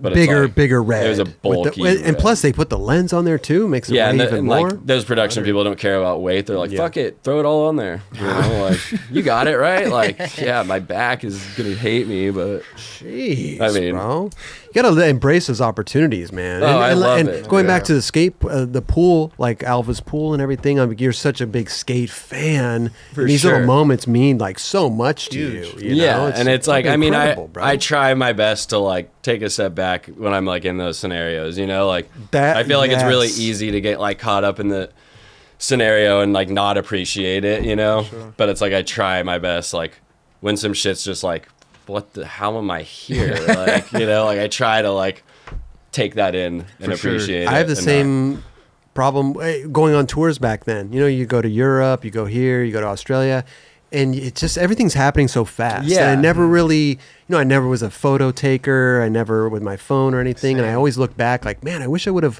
appreciated that or been more in the present, in the for moment. sure. in the moment when those things were going down. But it's like that, like you're saying, it's like you're so in the moment though that you don't appreciate it. That's like, bro, But and then it's you're thinking there's two ways about this. Yeah, for sure. Yeah, and then sometimes you have a bad day. You're like, I just want to go home. Yeah, man. fuck this. Paris, man. I just want, and you're like, I'm in Paris. Yeah, like skating. What are you doing? Riding a toy. Riding a toy. Like, what the fuck? With all my people, boys. with people you looked up to. Sure. Yeah. I'm with them. Yeah. Exactly. All my boys, Kelly. Yeah. That's why I'm like the filming thing's sick for that, because it's like I'm, like I could get home and it's like I get to relive the trip while editing. Oh yeah. You know what I mean? Like, which is kind of cool because it's like you're in the moment so much, but like then you get home and it's like, all right, now I get to like actually get to go through it again and like, like my friend Zach Schottler, he's in this band Skullfist. There's a record right there, but he's another person that I met that like made my life way better. And it's like I was just a huge fan of his band Skullfist, and like I followed him on Instagram and saw that he skated, and I was like, what? That's sick. Like actually skates, like kickflip, backflips, rails. Oh, skates, not just like broke his neck trying to boardside a triple kink. Like the dude's like buck, What? Yeah, and so like I was like, holy shit, like so hyped, and so I hit him up, and then sure enough, like years we talked, and then like I became like really good friends with him, and once like the whole YouTube thing with the music rights like became like so gnarly, like I asked him if he would be down to make music for my videos, which to me, because I don't really play music, seems so hard. Like it was like a concept that's like, oh, you see people score movies and stuff, but like that's literally someone's job that like is really gnarly, Yeah. And I met him and I realized how fast he could actually, like it was like, I think the first one was like Thrasher paid for a song. The band was like, yeah, we own the rights to it. And then we gave them the money, then they ghosted us. And the video was done, like ready to go out on Thrasher. And I was like, fuck, I can't re-edit the whole thing. It just like, I can't do that. So then I asked him, I was like, this is crazy, but like if I like, can you like basically remake this song? Like so that I don't have to re-edit the part. Like I don't mind tweaking things a little bit, but it's like as far as like there's a minute-long intro of all slow-mo stuff, and then into the like a really fast riff, and then into like it breaks down in the middle, and it's like more the structure of it. But like he was like, oh yeah, I got that. Like 3 days later, song done, like uses, he like knows how to like read the tempos and just like literally just like it blew my mind. He's a skater also. Yeah, so he gets it. Like he could watch the video, hear the song that it was to, and like create that to it. And he plays every single instrument and sings like all by himself, and it's crazy to me. Like so he. Like that for my filming, I feel like has like elevated my edit so much because like now I'm able to be like, what is the best song for this edit? Like what would be the best thing that could fit this? Like I went to Israel with Monster and I was like, I need like a crazy Israeli sounding song, you know? And he's like, fuck it. I'll do some research. I got you. And like, yeah, you guys should go watch it because it's insane. Like you would never think in a million years it's this dude, this heavy metal dude in Skullfist, like doing this stuff, but he's just so musically talented. And it's like, he enjoys it because I push him out of his comfort zone. That's amazing. You know, like he would never make an Israeli, like crazy sounding song with these weird like instruments and stuff on his own, but he's like, fuck it, I'll try, you know. And it's amazing. We have like now made like 18 songs together, or something, and it's like none of the songs are on YouTube. But you have to it's watch all different styles. You would never think it's the same dude ever. Like all my edits, like in Thrasher, is like lets me use up to 5 songs per edit from him. So it's like for the Brazil masher that I did, it was like I need like a full flamenco sounding like Spanish guitar intro for all the Super 8 like of Brazil and like, you know, like Rio and like all this. Like I want that like vibe in to match this stuff. And it's like he's like, yep, how long you need? And I'm like 1 minute and 16 seconds. It's like done. And then it like goes into like I was like, I need like the next song is like all pump track stuff. So I want like an Iron Maiden gallop, like something that's just fully like because it's like you're pumping and shit, you know. He's like, yep, got you, you know. And then like the last song is like this DIY in this jungle, and I was like, I want full like bongo sounds, like you're going on like the fucking Disneyland jungle cruise, you know, or it's just like sounds like you're going through the jungle and stuff. And he's like, yep, I got you. And it's like you would never as a viewer know that like the songs were all made by one person, every instrument. Like I love that. But like I said, it's like I think like if you don't notice those things, it means you're like doing a good job. There you go. You know, because it's like if you notice it, that means it's like usually probably not. It's sticking out. But my question is though, how are you editing these? Are you editing them to a song, or are you just editing them with no music? So I'll basically put a timeline together or a sequence of like kind of what I want it to be like. You know, isn't like it hard to edit without music? I mean, it is, but when I'm filming, I'm editing in my brain. Got you. You know, like when I'm at a spot, I'm like I always film the trick first and then all the B-rolls after so that the lighting matches the make. Right. You know, but it's like in those scenarios, it's like I'm usually like filming a trick for so long that I'm like just the whole time my brain's like, okay, like what would be the best lead into this like clip, or like where in the line like can I cut a lead into, and then like how am I gonna like lead it out or whatever, and then like oh, I know there's this other line that we filmed that like, you know, like I pan down from the sky, so it's like this line would be like I'll pan up. So it's like it's like I'm thinking like that the whole time. So it's like whenever I'm like putting the sequence together, it's like I kind of have an idea of like how I want it to be laid out already, you know. And it's like obviously like when it's a really long line, it's like I'll try to like, it's hard because with the follow thing, like I think you have to break it up a lot with long lens stuff because like your eye, it all starts to look the same. I got you. Like you won't, so it's like there's so much movement in the camera that like it almost like you get dizzy if it's just like follow on, follow on, follow on, follow on. I feel you. But if it's like you break it up with like locations or like throwdowns or like lead-ins, like in between the lines, it's like the human's eye doesn't get as like overwhelmed by the like that's interesting, the movement, you know. That's interesting. Like sometimes I'll show my fiance the footage, like 'cause she watches all my stuff, like because it's like I'm just sitting there and I'm just like but it's awesome because she has such a like natural eye. She doesn't have a skate eye, which like is good because she could see it and watch the edit from just like an outside perspective and like see like things I don't see because like I'm so focused in on like, oh, this trick and then this like that or whatever, you know. But then she'll be like like, you know, like didn't really do it for me. Yeah, like, and then I'm like, why? You know, and then like try to have her explain it to me, and like sometimes I get frustrated because I'm like, fuck, I just spent fucking an hour doing this. You don't even like it. Like, it sucks, but it's like in the end, it's like it it's works best because it's like your eye when you edit something. It's like you just stare at it for so long that it all like starts to like just be the same. That like when you show fresh eyes, they'll see something that you don't see because you've just been staring at it forever.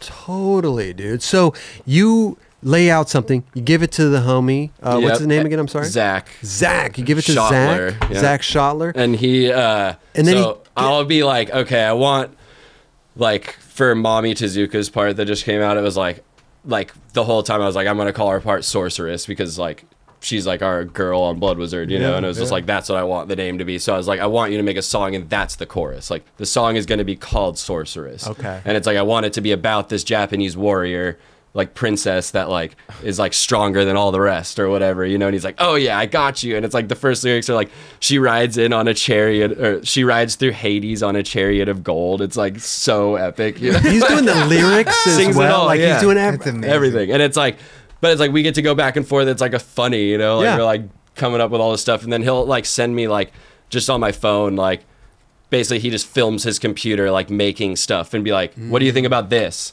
And I'll be like, oh, that's sick, but like maybe like speed it up, like or whatever, and then like so that he doesn't get too deep into it before. But he's watching the footage. He has the timeline. He has a timeline, and it's like because it's like and I don't mind. Like sometimes I'll rechange the timeline to make the song, but at least he has an idea of like, because sometimes it's like, oh, there's obviously like way more follow lines in this thing, so it's like there's gonna need to be more guitar solos, because it's like a sometimes the really long lines like to a normal song like they're too long, like the beats don't match up, so it's like he knows like, all right, just solo during that shit, and it's like it'll like go good. Like there's no like hard beats that I need to like match, but like sometimes I'll be like Mommy's part, I was like, I knew that there was going to be like the Harry Potter song intro, and then like we were going to go into like I had like 30 seconds of like the crystal ball wizard stuff in there, and so it's like he sees all that on the timeline. Like I'm like, okay, like it's been about enough skating, I'm going to go into the wizard shit. Gotcha. And then I'll put all the bangers after that. So it's like I could kind of like do it like that, and then he sees that and he's like, oh, okay, like I see now. It's like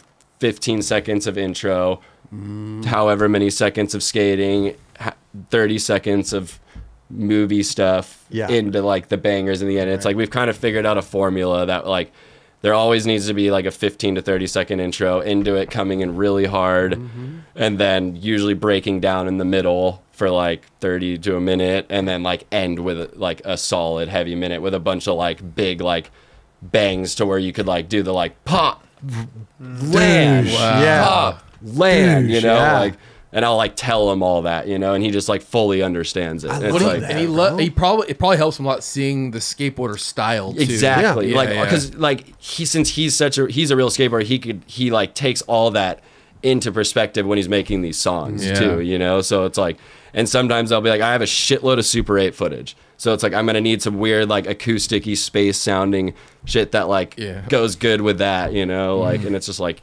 it's like the way we talk to each other is really funny, because it's like, sounds like it wouldn't make sense to anyone else, but like he understands what I'm like it just works. You're trying to spew something out. And like I said, I think it really like elevates my edits, because I'm such a huge music fan that like I'll use a song because it's just my favorite fucking song, or I won't use a song because it's too good. Like this isn't the right thing. I like you know? that. I like that. Yeah. But like with this, I'm able to be like, what would fit this best? Wow. And like then like go back and forth with him and like create this like, because it's like, I mean, Ewan's told me before, like he's like, when I watch an edit, like if I think that I feel the way that the editor made me want, like it's a good edit. Yeah. Like I can nitpick things all day, but it's like that's not what's important. It's like the feeling that the viewer gets the first time they watch it, and it's like the song, all of that, like the song, the filming, the editing, the skating. It's like all that is what creates that feeling that you want the person to have. You know, so it's like, and for me to get to film like the gnarliest tranny skater like Gregson, like who's the fastest. It's like,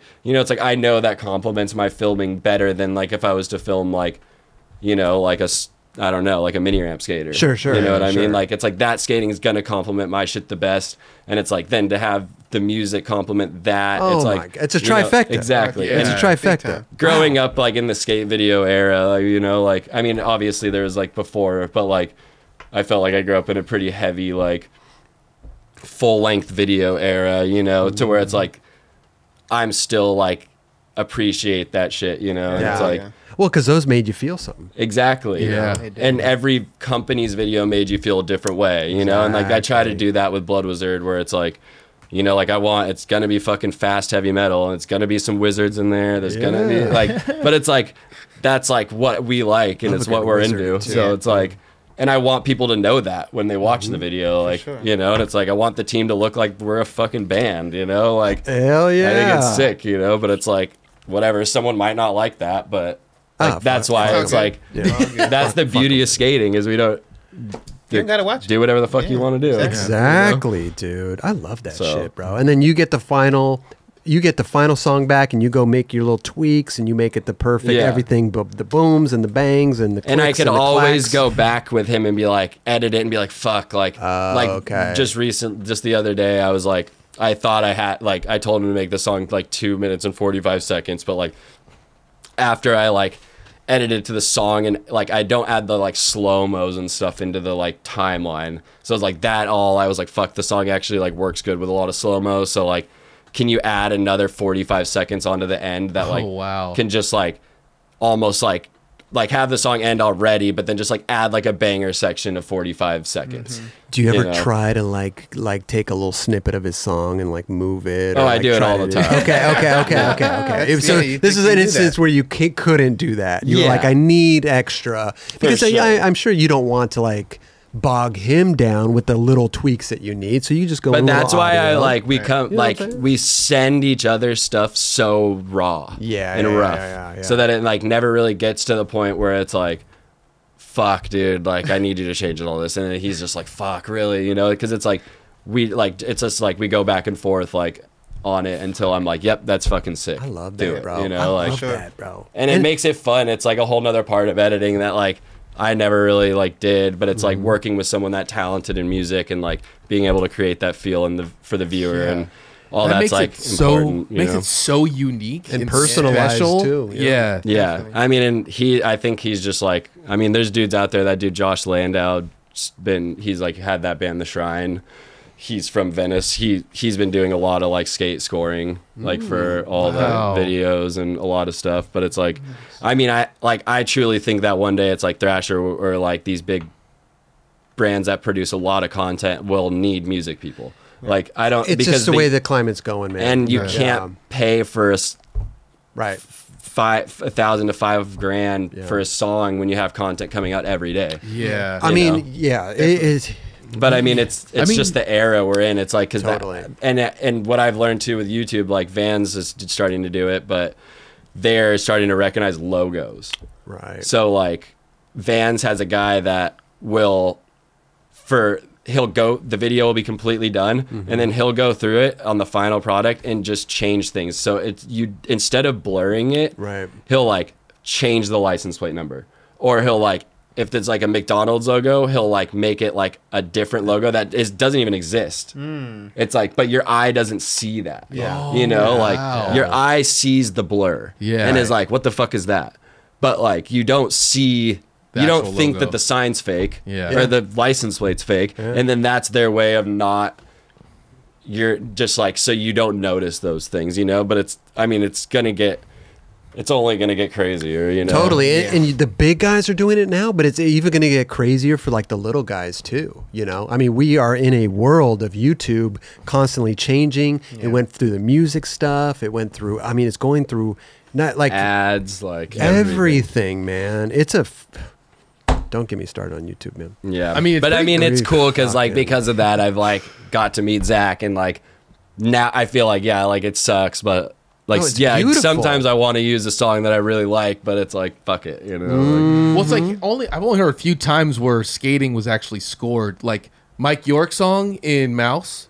Do you remember that? Like they say his name, and he was like, "Oh, the song's dedicated to Mike York." And then like James Craig, it was like that dude Merce in the blind video. He like had it. I was like, and usually I try to tell him to not do that, but with Mommy's part, that was when I was like, fuck it, I want people to know that this song was, because usually I won't do that. Like, You know, like, because I don't like that. Like, I don't like hearing music that talks about skating. Like, Yeah. you know, like if I'm just like in the car, like I don't want to hear like fucking Kick about flip up fast the plants gap. and frontside guys. Like, I think it's sick. Back it, but like, you know what I mean? It's just not what I want to hear. So it's like, Totally. whenever I like feel he's you. making me the music, I stay away from that. Right. But like in a scenario like Mommy and stuff, it was like, fuck it. Like the part's called Sorceress. We're calling the song Sorceress. Like we're going all in on Makes it. And I sense. want people to know that, you know, Wow. but it's like, normally I don't.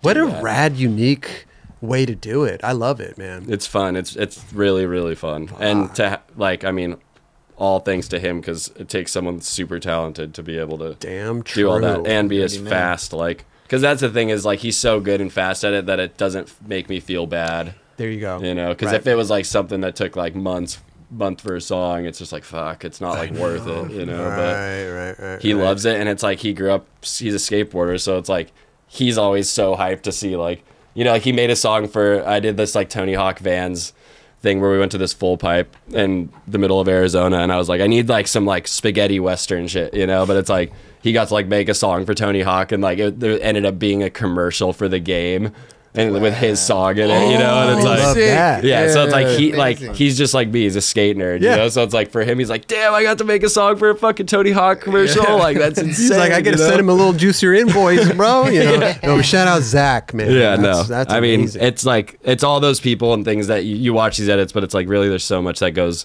into them, you know. And it's like you don't notice. It's hard to like with the amount of content coming out nowadays. It's hard to like, I don't know, appreciate those things, I think. But Yeah. I mean, fuck it, I'm gonna do my best to try to keep that shit man, going. you know? and also you got to make stuff that stands out too. Yeah. because it's like, man, there's so much content. Yep. like you're saying, Insane amount. It's insane. It's insane. But I think if you're just yourself and like you show people who you are and what you're about, it's like that's the most like that's all you could do. You know? 100%, man. 100%. It's like you look at Blood Wizard and the team, and it's like, yep, they're all fucking homies for sure. You know, yeah, like, you yeah. can tell. There It's ain't no like, faking it here. no, but you it's know? like it's like that's what we like. That's what we're into. It's like fuck it. you know? Plus skaters, we see right through that shit. You know what I'm saying? Like we're saying, like skateboarders are the hardest critics. You know, you see, and that's a cool thing. Like hopefully, with me filming these production things and doing this stuff. Like who knows where it'll go eventually, but it's like hopefully it could be to the point where it's like, you know, I film something that a skater sees on TV and they're like, "Whoa, that was filmed was good." sick. Yeah, what yeah. the fuck? We That was see that was a real commercial filmed good. Like, Bro, we see skating on TV now. We cringe. I want to close my eyes. Like it's a disaster. yeah. You so, see some I mean, like billboards or something like. Oh what the hell? my God. Actually, it was dope that Thrasher did those billboards. that was awesome. sick. That was super That was sick. sick. yeah, that was Love that. insane. Do you The- remember there was always this commercial or a photo in Trans World of Thrasher? It was remember Fog Dog. What the Fog hell's Dog. And it was Dog? randomly a photo of Carl Watson alling down a set of stairs, but it was like we all love Carl, and it was just He's like the best. it was this random image of Carl alling, and it was like this rocket ollie. And I was like, Oh, no. how? How did that make it? Yeah. Like who passed that? Yeah, you know? but Carl probably made some serious money off it. But it's so like good for that's you. why. I mean, Still, somebody needs to quality control that. yeah. shit. it's not like the funnest filming all these production things and stuff, but it's like fuck it. Like I'd rather like if they need real skateboarders, or else it's never gonna look better. Totally. Yeah. It's like you know what I mean, like Ty and like these other dudes who have Oh, like yeah. ventured into this other world of like filming. It's like that's like I like look up to that because it's like they're trying to show the world how it should look. And it's like, Exactly. yeah, if it always just looks like the way it does, like when we see on TV, it's like that. It's never gonna be like respected, or like skaters are never gonna back it. Not that they would, but it's like, fuck it. If like try to make it look a little better, but you need a real skateboarder like Yeah. Well, to who's do there? that. Totally. There's a few skaters that are doing like a lot of the contests. So it's like Lee DuPont, yourself, And Ricky Beatenbaugh. Ricky. That's usually like the posse yeah, that it's we awesome do. crew. Which is sick because it's like my first video ever was Thrill of It All, made by Lee No DuPont. way. amazing. Same day I went to the skate shop and I bought 2 videos. I bought one that I thought was a vert video and one was a street video. So I bought Thrill of It All made by Lee DuPont, and I bought 4-on-1 issue 38 edited by Ricky Beatenbaugh. So No it's like way. when I'm like filming with these guys at this event, I'm like, Isn't that funny? little kid me again, you know? Like Yeah. what the fuck? Like this dude, crazy. the 2 videos that like first things I ever saw of real skateboarding in my life were like I'm like side by side filming with these guys now, you know? It's just a like- crazy It world. was crazy. meant to be, bro. Yeah. Real talk. Yeah. But they're the shit, and it's like sick because it's like, yeah, we're filming this contest for like Dew Tour and Mountain Dew and NBC, but really it's like real ass skate filmers filming it. And you got like usually a lot of the things Ira's behind the, exactly. He's like the dude managing it, so you got the skater. He rips. Yeah, Ira's good. So good, curb killer. Curb killer. Yep. But and that like filmers that skate too, like have a heart. I have a special place in my heart for them. You know, like I think it's just like that's how it should be. I'm gonna go ahead and say majority of filmers are skateboarders. Yeah. Like, I mean, I don't know if I've even met one that was I mean, a like that skateboarder. Devontae Diddy rips. Rips. You know, like, Jolly. yeah, like, amazing. and it's Really like good. to me, it's like the way he films matches the stuff he films like matches the way he skates. Like, which is like for me, it's like I skate tranny, I film tranny skaters. Like, totally. you know, it's like to me, that's so sick because it's like he feels the same way as me, where he's like, this is insane. I'm so hyped. I get to film the shit I like that I'm into with all my friends. Like, you know, and it's like, but you got to be like a real skateboarder, I think, to even get yourself in a scenario like that. For sure. That's amazing. Yeah, you guys. And for it to be respectable, not to cut you off. please, For Chris. sure. You know, I mean, I think that's a strong key point within this industry. I mean, and you just how it's kind of all laying out. You see it. That's what's happening. You know, skateboarders they turn into filmers. And like you said, like I mean, you've had your journey, and obviously you were a skateboarder first. Yep. And then you just fell into just being a filmer. You know, because you wanted to film. Exactly. It was never planned out. Right. You know, Right. and then. That's crazy. But yeah, it's like kind of how you're saying. It's like you need that like real skateboarder. Like when you're trying a trick or the person's trying a trick that I'm filming, it's like if I give them advice, like I truly believe they listen to me. Yeah. You know, like whereas like if it was like another filmer that was just standing there that doesn't know what it's like to be trying a trick for hours, like you're kind of just going to be like, fuck you, whatever. Like, but it's like sometimes. But I truly think, you know, it's like, or I hope that like, you know, the people I film, it's like when I give them advice, it's like I know they are like listen, they respect my opinion because it's they consider what you're saying. I know what Sure. they're going through, and I skate you that kind of stuff too. It's like, bro. so like sometimes they'll just be like, not like in a rude way or anything, but they'll be like, you should just fucking do it. Yeah. You know? like when they're like mad, frustrated like, in the moment, in the, sure. like not like it'll be like us trying it for a long time, and someone will be like you could fucking just do this for me. Like you can do this so easy. Like why am I doing this? Like, you know, but it's like that. It's funny. Or like even like I love that. Brighton Zoiner, like I filmed her a little bit like leading up to the whole Olympic shit, and it was like she's funny because she would have any trick we try, she'd have me do first. Why? She just because it would like it's easier for her to like if she could see it, then it's like she knows she could do it. Right. But it's funny because it's like you would never be in a spot be like, hey, I'm trying to switch yield this gap. Like, can you just do it? Do it for me? Okay, now I'll film it. You know, like Tell me it's done. but it's like it's sick because it's just like everyone's brain's different. You know, For like, sure. That's so. And Everyone has a different way of doing those. exactly, tricks. it's all a the process. process. Yeah. And you know, everyone's process is different, and that's like part of my job is to like, you know, like Gregson's process is way fucking different than, you know, Nora's. Oh, I'm sure. Right. Or whatever. That's like the spectrum of skaters. It's like you got to like kind of understand who you're But working you're trying to with help or them get to whatever. that final point, which is getting the clip. And Exactly. That's yeah. it, right. And just support them. Yeah. Have their yeah. back. You know, it's like that's all we could do as a filmer. You know. Yep. I And do want to support. go back to. Sorry. No, I said into support. I mean, you know, I think you want it as bad as they do. You know. at the Fuck end of the yeah! day, Like when if you watch any of the clips that I film, like I'm usually screaming like when they land it, like Right. hugs, fucking, because it's like we're in this shit together. Totally. You know, like I'm your cheerleader. I'm the biggest cheerleader for you, bro. Let's get it. like even people are always like damn, I like how hyped you are at the end of clips, but it's like yeah, like we're fucking battling this shit together. Yeah. It's like it's not easy out there, you know. It's like when they land it, they're hyped, I'm hyped. It's like awesome. It's a celebration, you know, and it's like I don't know.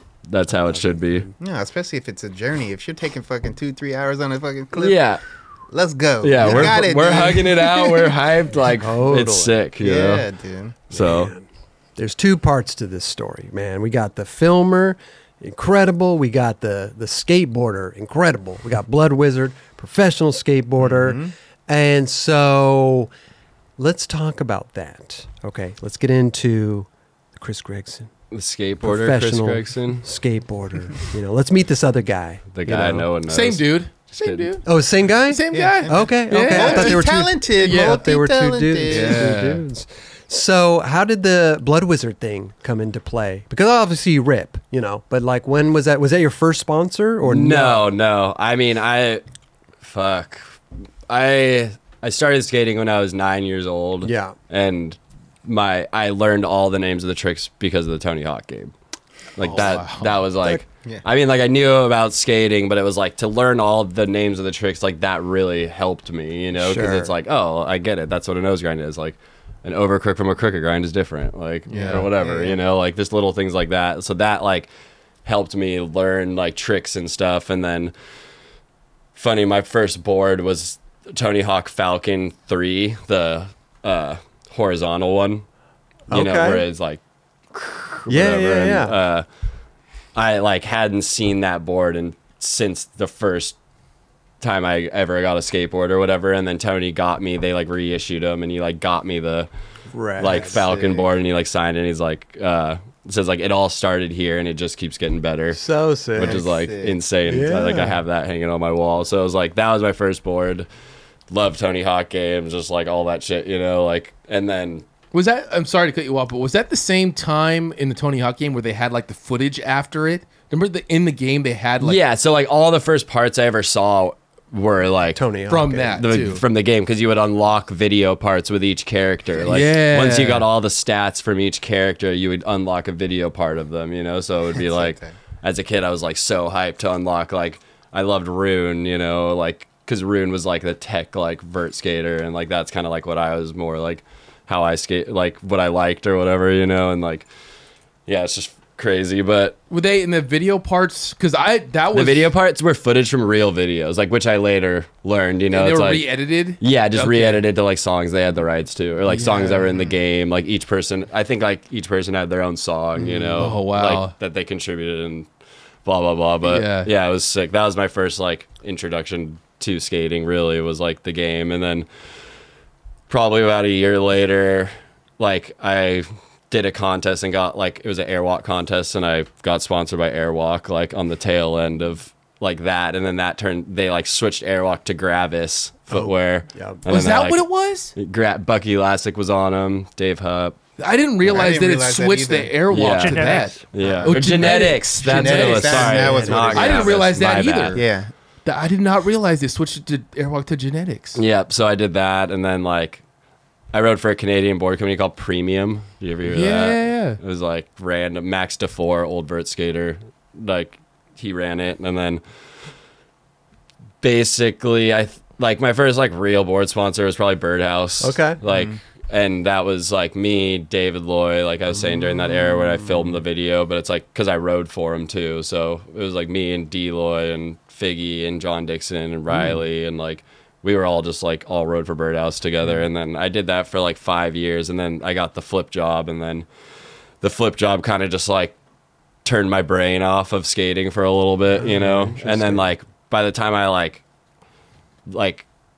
whatever, all the like Figgy had gotten on Baker, Dixon had gotten on Death Wish, like, you know, Riley got on Baker. Yeah. It was just like all the like kind of posse that we had like quit. So I just was like, fuck it, I'm just gonna get boards from Figgy, like or whoever, you know. And, Yeah. like, or Flip was giving me boards at the time just because I was like There. filming for him and stuff. And then I was on an America trip with Mike Manzuri, who's also one of my favorite filmers. The man. But he was wearing a Blood Wizard hat, and I was like, what the hell is that? That's the sickest name ever. Like, and he's like, oh, it's this brand we started. Like, you know, like we used to have this company called Adrenaline Skateboards, and then like we kind of like revamped it or whatever, like to Blood Wizard, and then like I didn't realize that was that either. yeah, because Adrenaline was like John Miner, Manzuri, Toad, Jaya Bondarov was on Jaya, there? yeah. Yeah, And like OG. Toad, Yeah. Antonius Dinsho, like Toad, he's like the main owner of Blood Wizard, and he was on Adrenaline. And so it was like minor, like that's why there's like at the end of Stay Gold, there's like a little Blood Wizard ode, like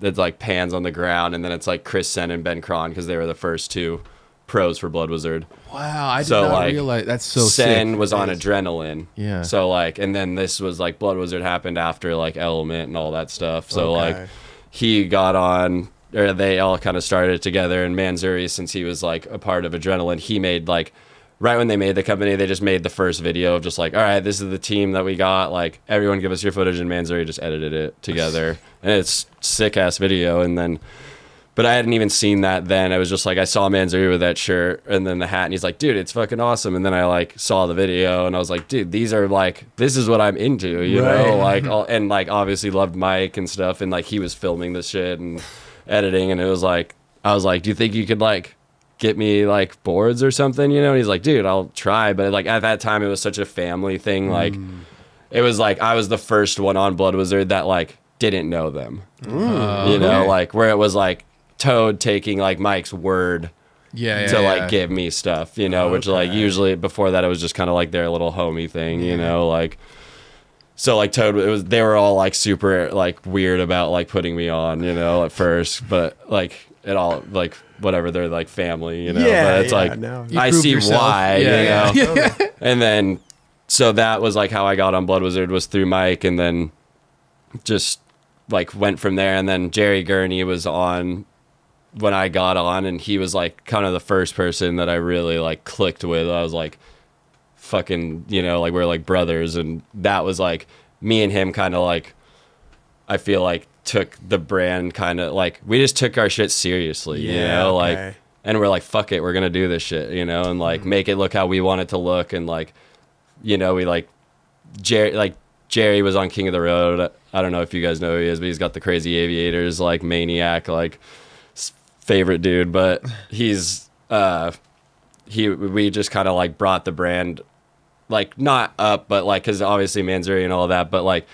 we like got a shit on Thrasher, and like was like I kind of was filming more at the time, so like we did like Blood Wizard Thrasher shit, and that kind of like I think just helped like people see it, you know. Sure. And then now it's like crazy. I mean, we have like Kevin Kowalski was like always one of my favorite tranny skaters growing up. Like he was like one of the first dudes from the Northwest that like I feel like fully utilized those Oregon parks, you know, like to the like read like through the builder's potential, where they're like, we're gonna build this fucking crazy thing that we don't know if it's possible, and like this guy will show you it's possible. Kevin is the guy that went and did all that shit. Like you go to Oregon and you're like you just say the stuff he's done there, and it's like everyone's like, let's just leave. You know, like there's no point. He's the dude who did that loop revert, that like oh yeah, with like full like in this like 15-foot loop in Oregon. Small. He did like a loop frontside revert to fakie. Oh my god! Like the most gnarly shit, you know. But he's pro for Blood Wizard now, and then Tristan Rennie is like the best pool skater in the world. Like I have no problem saying that. Like people could argue with me, I don't really care. But it's like like there's like him and John Worthington, in my opinion, are like like super good too. But they both skate different, you know. It's like Jayworth is like got the longest grinds and the longest carves and like the lines in these pools that just don't make sense. But it's like Tristan could do every fucking trick he could do in a bowl in a pool, and it's like, to me it's like so mind blowing, because I have such a hard time skating pools because I'm so tall. But it's he could just like show up and do a 20-second line in walls, like they're not transition, you know. And it's like, I mean, anyone that's seen him skate in person in a pool, it's like, I got to like film him and Grant Taylor skate, and it was just like, you know, like I would imagine it's pretty hard to impress that Grant, and it's like, he was just like, what the fuck, you know, awesome. Like, how do you do this? Like, I don't even get it, you know, but it's like, that's amazing. So it's like cool. I've got to like build this team of like, because I'm the team manager now and a part owner of the brand, which is cool. Like, okay. You know? Well, listen. So, what else do you do? I mean, like, what don't you do? I mean, that shit's fun for me. It's like we get to like, I kind of like talk to the artists and like figure out like, because a lot of the artists that do the boards like are just usually artists I find from band albums. Oh, dope. Like, album cover. Yeah, like guys. You know, like I'll see an album cover, like, what the fuck, that's so sick. And then like usually sometimes they'll tag the artist, and then like usually the artists are really stoked because it's something outside of what they're used to doing, you know, like so it's like I'll be like, dude, I love that album cover. Like we have a brand, like, you know, like we usually do boards of 4 series. Like, is that anything you're into? And like just kind of like try to talk to the artist. Okay, and, that gets him. And then like I'll give them like a couple ideas. Like, you know, like I was thinking like let's do like a series of castles, like, you know, different castle, like a water castle and a forest castle and a snow castle, and then let them like do Take it whatever and run they with want, it, you know, right. like, because it's like I obviously pick hitting them up because I like their shit. So it's like, Yeah. I'll just give them like a slight direction and just Yeah, let you don't them- want to like take over For what they're sure, doing. no. Right. Yeah. But it's like it's got to look Blood Wizardy. Yeah. you know, Blood wizard. yeah, whatever. Yeah. Yes. So it's like Love it. whatever, but it's fun and yeah, we've Well, like it- this one right here, right? Like Yep. what is that? Is that so from a this certain is artist? this band called Halas is like one of my favorite bands, and like I've Okay. used them a bunch in the mashers and stuff, and that was the artist that did one of their. He actually did their like drum head. Like Drum head? Yeah, like painted the drum head, Oh, actual, like the bass actual, drum. Okay. And it was just like that is insane, and they tagged him in it, and I was just like hit him up, and yeah, he's doing like another series for us now too, and I mean that That's shit's rad. just like that's like when I think of Blows, it's like that's what I want to see, you know. I want to see yeah. wizards, and I have my dog Masher on all my boards, Oh, that's so yep, sick. he's a Siberian Husky, Okay. best friend. Now, Great is it? dogs. Did he do? Is that the low? He didn't No, do he the. created that font He and did the everything. font. Yeah, Oh shit. yep. Okay. Super ill. Wow. So it's been fun. Love It's that. just like I get to do the fun side of Blood Wizard, while Toad and Justin Visser get to do all the like not fun stuff. You know, Number crunching and Yeah. ordering stuff. like I get to and do what business. everyone sees, like the videos and Right. Well, they're probably happy that you're graphics and- doing that. Yeah. You know? They, yeah, for sure. Yeah. I hope. yes. I'm sure. No, they're stoked, Yeah, and it's a dude. family. You know, like Yeah. like we're big enough to where we're doing great, but it's like we could keep it like core to what we want. You know, like That's the best. like we almost like we're gonna do like be an Elements distribution, but it was just kind of like we would have had we wouldn't have been able to run it the way we want to, Yeah. you know. yeah. And it's like that at that point it's like kind of like turning it into something that we don't want it to be, and it's like fuck that, you know. Like, Well, because it's they have fine. strict schedules and stuff. Exactly. Like You got to that. have graphics in a year in advance and like Right. this and that. And it's just like, dude, I just hit artists up on Instagram, and once they send me the art, Yeah. we put it out. It's Yeah. like, Sick. there's Yeah. not much We're working like, on our timelines. yeah, guys. yeah, right, for sure. Like right. some artists take forever, some don't, you know? And it's like, you're whatever. hitting them up. I mean, they're, Yeah. you know, it's not like, No, it's not their job. yeah. Yeah. You know? Like you hit them up randomly, like, I expect this back in 2 weeks. Yeah. And it's cool. Yeah. Like one of not our gonna work. favorite bands, Angel Witch, is like an 80s heavy metal band, and they like hit us up and was like, we want to do a collab board with you guys. And we're like, me and Jay are like, what the fuck? Like, we listen to you guys every day. Like, you know, Wait a like, minute. So how are these companies? I mean, are they just finding out because of? I mean, I the try to other like collabs? All right. Yeah. I try to like make our brand, and it's like I hit a lot of bands up to like to get music. Okay. So it's like, and follow a lot of bands. I and- mean, they must all maybe they talk to each other. I mean, I don't know. It's just kind of like every situation's different. I'm just you saying, know? how does this band that you Like that, love I think- just randomly hit you up? I think maybe they just clicked on like Jerry's Instagram, and we're kind of like, see. what the fuck? This guy's crazy, you know? And then like sees we have a board brand, and then was like, hey, we want to do this collab, but like we want all the proceeds to go to this nonprofit thing. We're Oh, like, sure, sick, rad. great, let's do Sometimes it. the you know? algorithm works in your Yeah. Yeah, benefit. that's true. And Push then the I got right to have things. like the Baphomet as like their famous like album cover, and it's just like such an iconic like thing, and we were able to like do like put that on our Blood Wizard board, and it's like to me it's like whatever, like that shit gets me hyped when I see that on the bottom of my board. It's like Angel Witch board, Blood Wizard, like what these- like, this is Yo. insane, you know? Are these bands kind of in the same position you're in the skate No, that world? Angel Witch band is like fucking huge. Oh, like, okay. I mean, they're like created like kind of like a genre of new wave of British heavy metal music, like Never which heard- is like wow. Never heard 80s. What are they called again? Angel Witch. Yeah, you never heard of Angel Witch? But I mean, it's definitely like whatever heavy metal shit. But it's like that's what we're into, you know. Yeah, so it's yeah, like when I flip my board around, it's like, and I see an Angel Witch album cover, it's like that gets me hyped, you know. Bro, and like, plus I'm it's sure they not get like so psyched. maybe not That's true, too. not everyone, but like, and it's sick because it's like all the like interaction with the bands that I have. It's like even artists, it's like everyone's stoked, everyone's That's what I'm hyped saying, on yeah. skating and like down to be a part of it, you know. And it's like, I love like that. that's just like a beautiful thing about skating, that it's like I could hit these people up that like never have we met, you don't even know have anything to do with any of it, but it's like they see it and they're like, oh, that's fucking sick what you guys are doing. Like, yeah, I'm down to be a part of it, you know. And it's like rad. That's how we like accumulate the family that we have, you know. And it's like so rad. And plus, you get to ride these boards with your name on it, and my dog on them, and your dog. Yeah. Masher is on all my boards. Yeah. Oh my god! If anyone wonders where the series name came from, it's my dog's name. Masher. So, Masher. yeah. Originally, I was gonna call it Mash, and then I guess there's like a TV show? No, that I think that photographer, the deluxe dude. What the fucking? How am I forgetting his name? Morford. Oh, Gabe. Morford has like a fixed gear crew called Mash. Oh, okay. So it was just like they were like, like can we change it a little bit? And I was like, well, my dog's name is Masher. Like perfect. And I'm like, sick. Perfect. How old is Masher? Masher's 9. 9. Yeah. Perfect age. He's been on more trips than probably most skaters. Yeah. It's sick. He gets in the van and he just becomes everyone's dog. Does he? Is he chill? Does so he go mellow. So he doesn't like run after the board and do not all that at all. shit? We just show up to a park. He just sniffs and pees and then just finds the shade and sits there till we leave. Kicks it. You know? Yeah. It's insane. Easy lax. Got so lucky.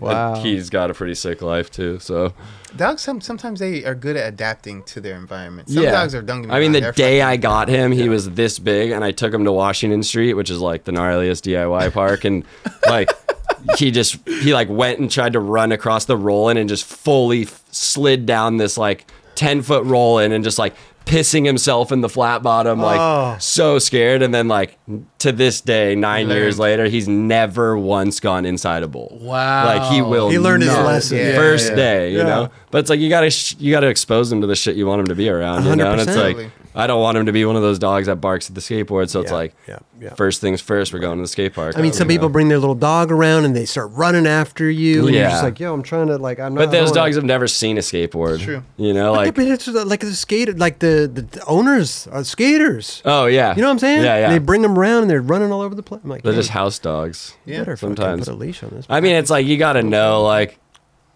you know, like good dog owners, like you just got to know your dog. Yeah, like you know, like Masher, like I know I could take him anywhere, and it's like he's not gonna bother anyone or bite anyone or anything. But it's like some breeds are different. You know, like I have another dog. She's a Great Pyrenees and she's awesome, but like she is definitely not like a dog I could take anywhere. But it's like due to her breed and you know, like she's a guard dog, like and that's like or a herder. So it's more like territorial. Yeah, like she's trying to protect her herd, you know, and it's like you just gotta like understand what dogs you're working with. And, oh, for sure. Because you don't want to be dumb and like let the dog. I don't know. Yeah, put your dog in a situation that right.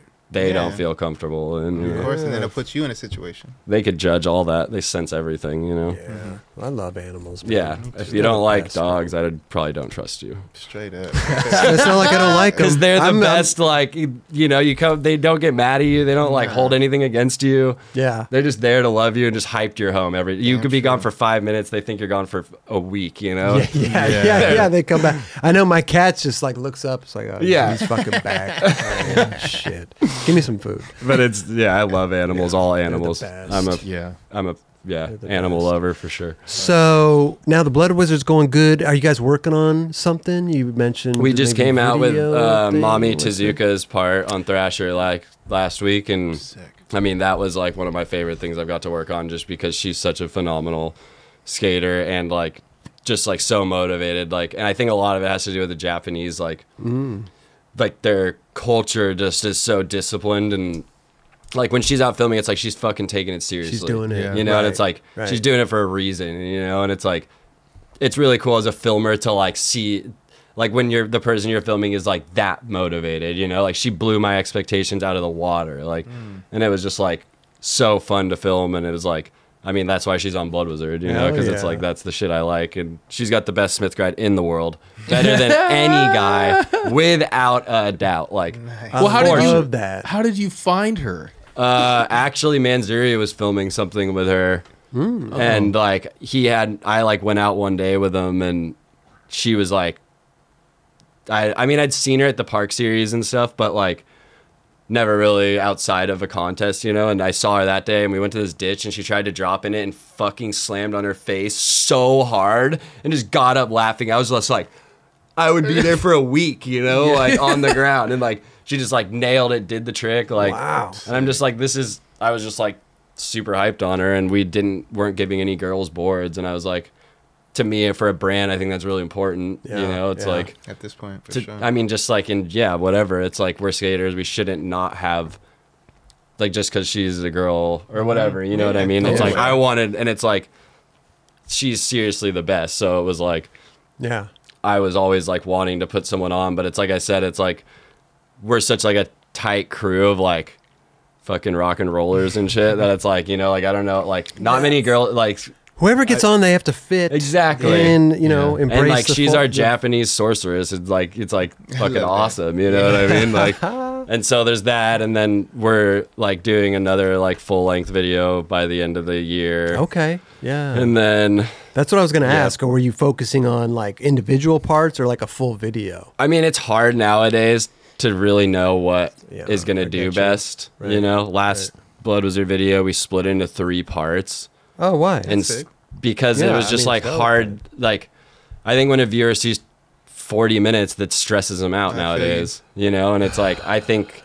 I mean, like I said, I grew up from an era where I could watch a video. Right. I loved that shit. You know, so to me, but it's like, you know, you got to think about like the human brain and like it developed. It's like now it's different than it was then, and it's like people. Depends who it is. It depends. I mean, look at if I was like gonna watch the new girl, I don't even know what to say. Something I grew up on, I'd be like, fuck yeah, I want to watch that. Exactly. But to bring someone in that doesn't know, 40 minutes is a lot. It's a long time. Yeah, for sure. So I was like, let's break it up, and then Cole Matthews was like, we're like talking about like the whole Hulu Netflix like thing, and he's like, for whatever reason, like the word episode like has a bigger meaning than it used to. It's true. Like when someone sees like episode 2, they watch it and they like it and they're like, fuck, I need to go back and watch episode 1. There you go. You know, and it's like that's just like a human, like how your brain is working, you know, and it's just like, and then it's not as long of a video. So we did like 2 parts per episode. It was like, you know, like first and second part was like episode 1, and then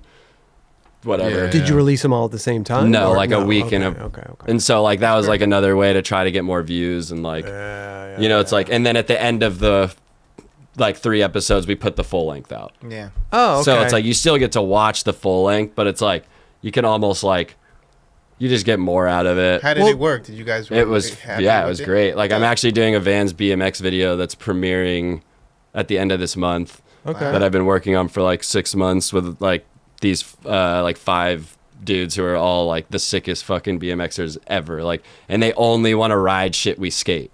Oh. So it's insane. Like this dude Corey Walsh will be like, for whatever skaters watch this video, hopefully a lot do, because just like to see what it looked like, because the way I film and the way these guys ride is like shit that I never even thought was fathomable, right? You know, and it's like the follow lines of they're like airing over me, landing, airing over me again, and it's like the craziest looking shit. Like the ill crossover. I had to say that just because like a skateboard filmer now filming a bicycle, you know what I'm saying? Yeah, like the BMXers are so hyped though, but they all like bicycle. No, I'm just saying like a BMXer, like that's fucking like amazing. I mean, it's like, why limit myself to just filming skating? For sure. You know, and it's like, I know, like, and I met these dudes and I was like, these guys are the fucking shit. Like, and it's like cool that they want to ride the same stuff we skate. Like, I don't really go out of my way to like have to go to a BMX spot. It's like, we don't pay attention. You know, like I'm just like, to be like that. Yeah. But it's like, you know, like the skater thinks like BMX, like dirt.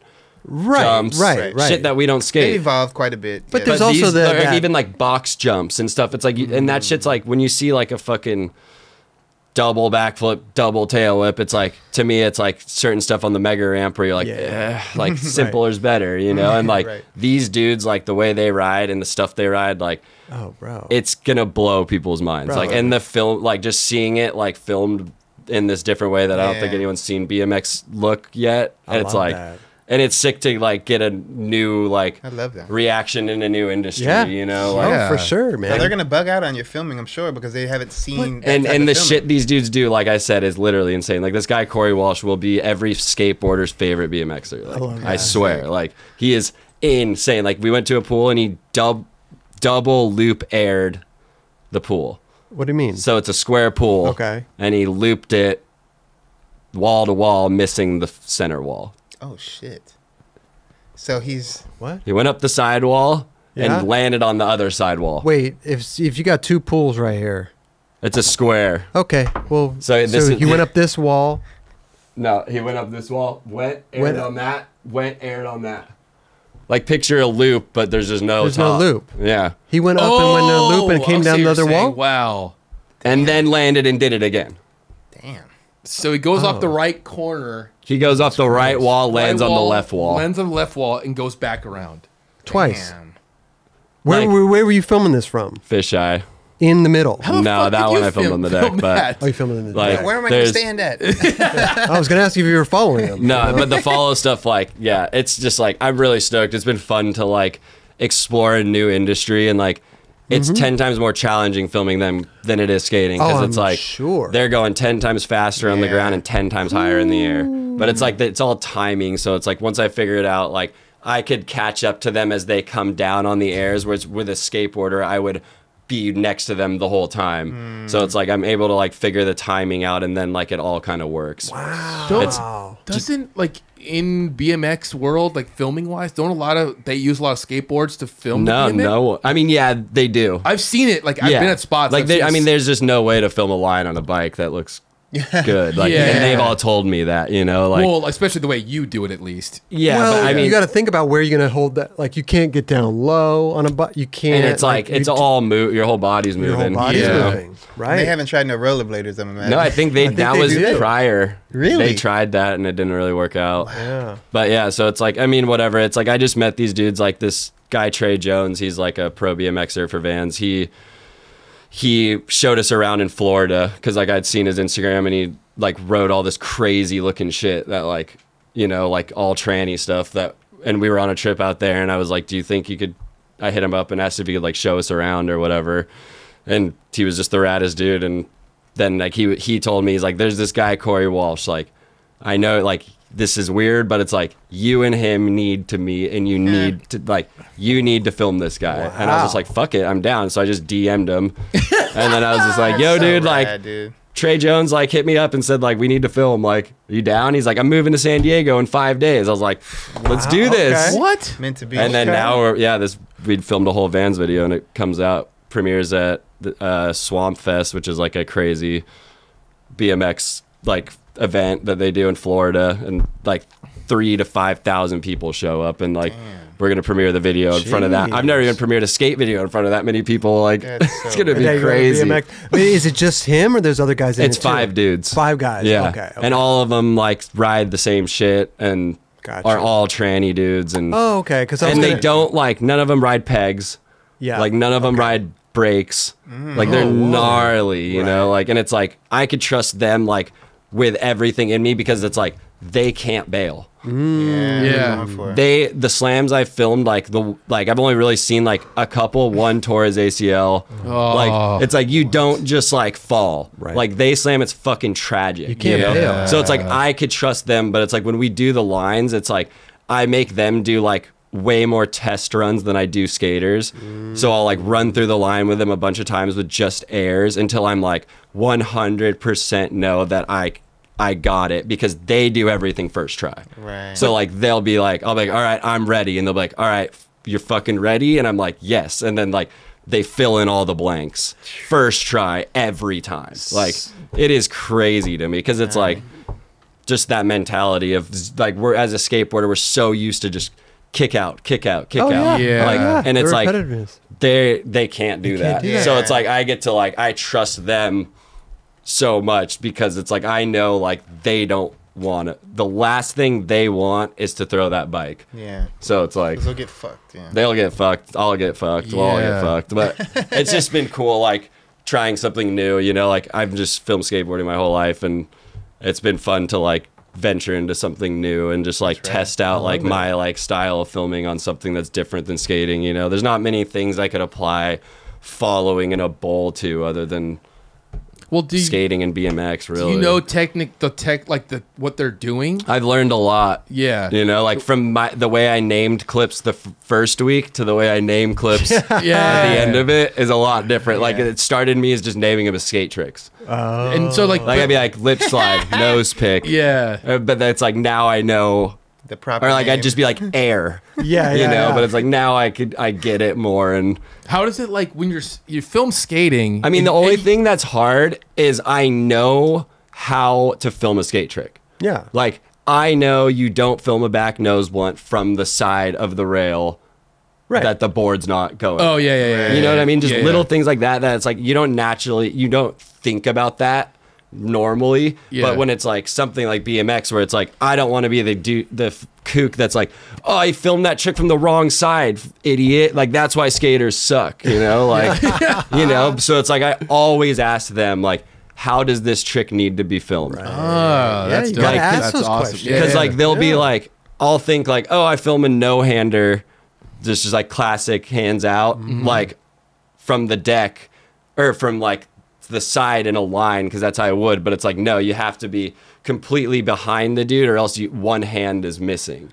Oh, you know? And it's like, that's something that's so natural to their world, but not me. Yeah. So it's like, I try to ask as many questions and like, because I don't want to, you know, like I said, like kook it. So it's like, that's the most appropriate time to and ask it's like, I questions, learn a lot by that, you know, it's like, and it usually like, ever since that one time, I know forever, like, no-handers need to be filmed from behind. Sure. You know, but it's just like, you learn, and it's been fun and challenging, and, like, I'm excited for people, whoever wants to watch it, to see what I'm excited. I'll watch like, it, man. you know? Yeah, you send us is that going to be on YouTube? Van's YouTube, yep. Okay. It comes out November 1st. But we're doing it the same as the Blood Wizard video, and putting it out in 3 parts. And then, dude, you're day to day. You are a busy guy. Yeah, what's going on day to day with you, man? Like, is it just you working on projects like all day?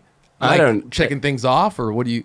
I just love what I do, so it doesn't feel like work. Yeah. You know, like I wake up and I'm like, usually hyped to do whatever I planned to do that day. But what's like? Are you just going out and filming? Are you hooking up with like Provost or like the guys, or going skating? Like that's the beauty of filming, is like every day is different, you know. Because listen, like, you could go out skating one day, and I just say you go out skating because you could be filming, you could be skating, exactly, right? For sure. I don't call it going out filming, right? You know, ever, right? I just go skate. You just go skate, yeah.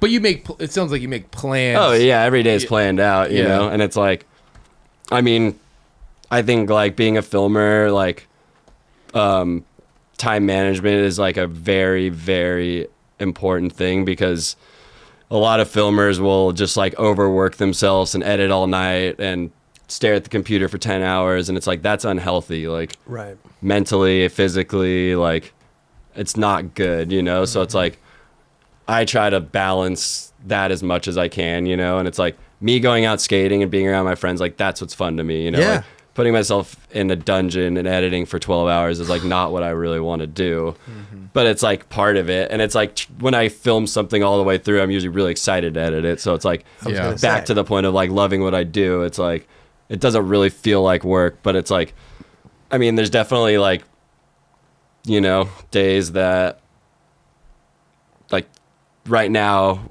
I drove up to LA to do this. Yeah. At 5 o'clock traffic. It took me 2.5 hours to get here, but I have to drive back here tomorrow from San Diego to be here at 10 in the morning to go film at a pool with Lizzie. You want to go sleep? You want to sleep on the couch? It's like, whatever. It doesn't even bother me, you know? It's like, I just like, it's like, fuck it. This is what we're doing today, you know? Like, and it's like every day's different. So it's like, I wake up every day excited. I'm not like dreading it, you know? That's funny, right? Skateboarders really have patience for traffic and driving. I mean, I think it's living in Southern California too. Like, I mean, like when people come to town, they're like, "What the fuck? How do you do this every day?" And it's like, I don't even think about it. It's just like we're used to this. It's that, or I like stay at my house and not get to like go film cool shit, because it's like I don't know, like I don't mind driving, and it's like I didn't drive for 5 years because I got a speeding ticket and just never paid it, and then which I don't recommend, but like so many of my homies had my back, and just like 5 years I never even like worried about it, like because it was like dudes would come pick me up or like whatever, you know. And it's like, so I'm definitely like owe a lot of favors of driving, and It's just tough in LA too not to drive. Yeah. It's very difficult, man. I tried a year without driving. You'd really? Yeah. That's crazy. Yeah. I took the bus everywhere. Had people come pick me up. See, I didn't have to try. I just couldn't. Right. So it was like... Right. I know. I tried it. Well, my car wouldn't pass a smog check. So I just put it in and I said, fuck it. Fuck put the it in the car. garage. Yeah. That was me, except it was just the ticket. I was so mad. I was leaving Haley Skate Park in Idaho. It's like one of the biggest tranny parks in the world. And literally pulled out, went left, and it's like in one of those little towns with like the 15 to the 10 to the 20 to the 15 and like going like 20 and a 15, just like speeding ticket within like 2 minutes of pulling out of the park. And I think I just lit the thing on fire. I was like, I'm not paying this. You're 5 miles over the... Yeah, like I was just so mad. I was what like, do you fuck want this. me to do? And then I just never dealt with it. And then 6 years later, like go to the DMV, and I was like thinking I was going to have to pay so much money, you know? And they're like, yep, that'll be $600. I'm like, that's it? Like, fuck. I waited 5 years for this. I would have done it so long ago. Wait, in a different state? Yeah. Like I paid at the DMV in California. Wow. But like the ticket was in Idaho. Like, gotcha. Yeah, they found me. Yeah. Dude, that stuff's nuts. But like, yeah, whatever.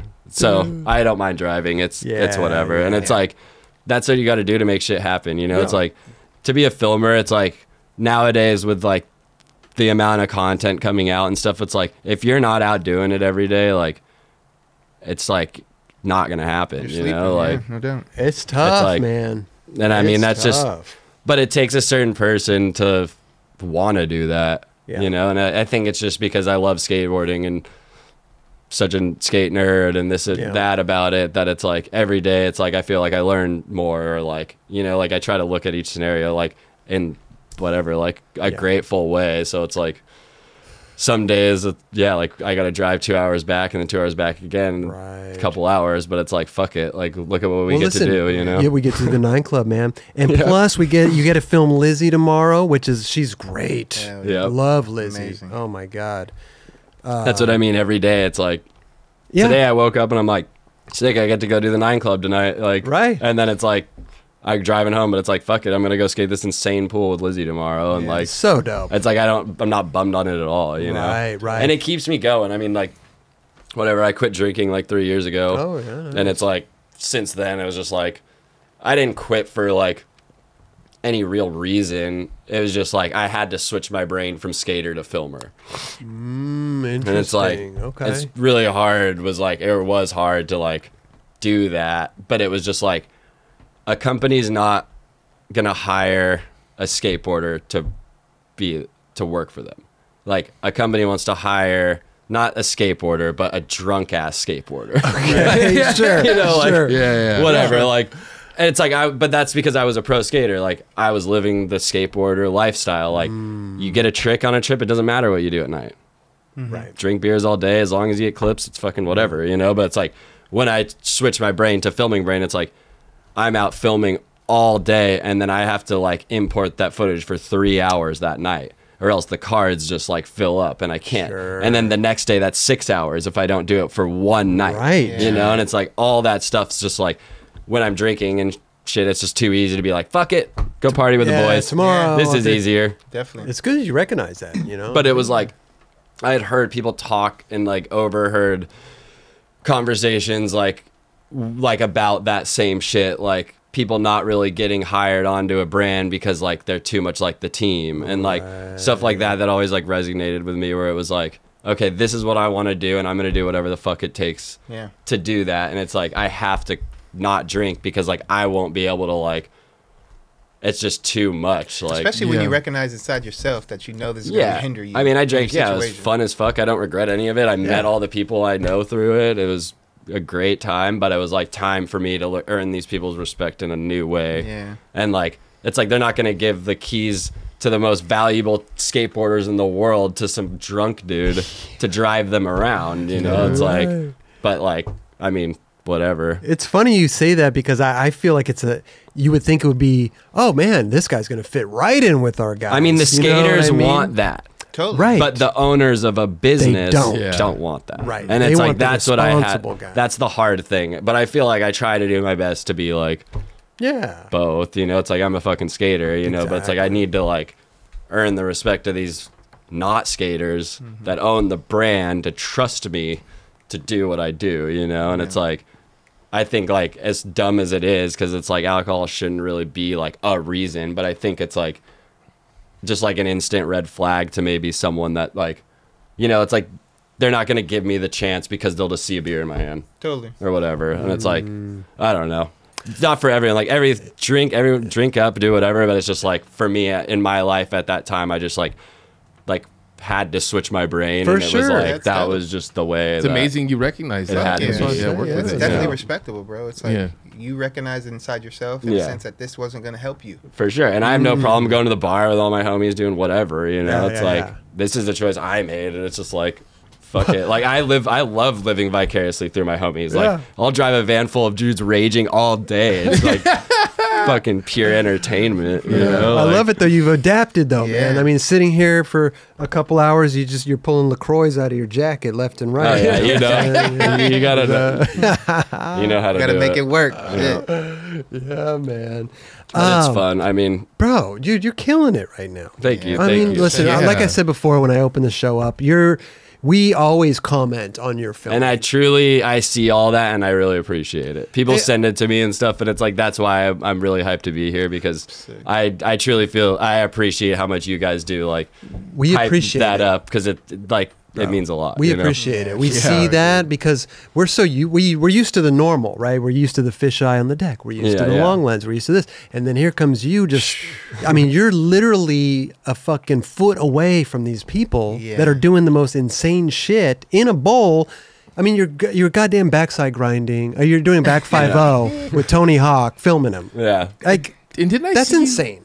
Weren't you filming fisheye on the mega ramp at Elliot Sloan's house or something? Yep, a bunch. But it's like that kind of goes back to the BMX thing, is it's all timing. Right. Yeah. Like you figure out the timing on something, and it just like works, you know, because it's like, it's all like, I mean, I wish I was smarter, like when it comes to science, but it's like, I feel like there's probably like real mathematical scientific ways that like it works, you know, because it's like I know, like, I mean, just by like experience, but it's like I like watch one seam on the mega ramp, and no matter what they're doing, like if I go down the first thing, when they hit this seam before they go up, like everything will be timed perfectly. But it's like, you got to see their speed. You got to know what they're doing. Because it's like that thing is like Elliot has it like so mathematically figured out. Like you the first gap you're going like 26 miles an hour. Like because in order to build that thing, it had never been built before. Like there'd have been, I mean, mega ramp, but it's like that you could be like, fuck it,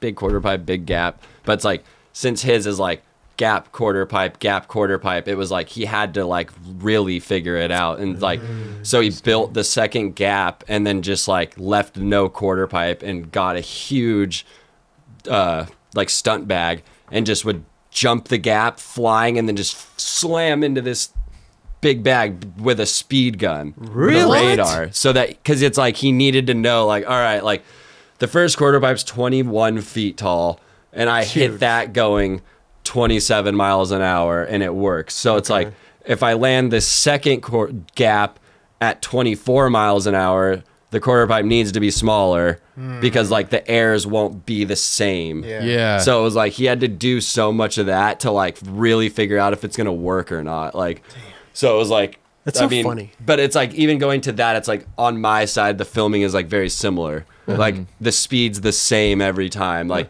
no matter who the skater is and what they're doing, it's all timing. So it's like I could, you know, roll in. It sucks because I have to roll in way earlier than I want to. So it's like when they bail the first gap, it gets sketchy. Yeah, I bet. But luckily, knock on wood, there hasn't been any bad shit. But I mean, well, dude, I was gonna ask, have you gotten like seriously smoked? Oh, so smoked, so smoked. Like my whole elbow is like literally just like, like, I mean, it's. You can't let's see. What do you got? But, shit, you got it. Like all that. That's just all filming slams. Oh like, my gosh! And it's luckily, like that's the area that you can just, pinch the fuck out of it. It doesn't hurt just that bad. Yeah, it's just scar tissue at this point because it's like I'm goofy, so like my camera's in my front hand, and anytime I fall, it's like instinctively like elbow to the ground and camera up. But it's like I tell myself like fuck the camera, you know, like, but in that split second,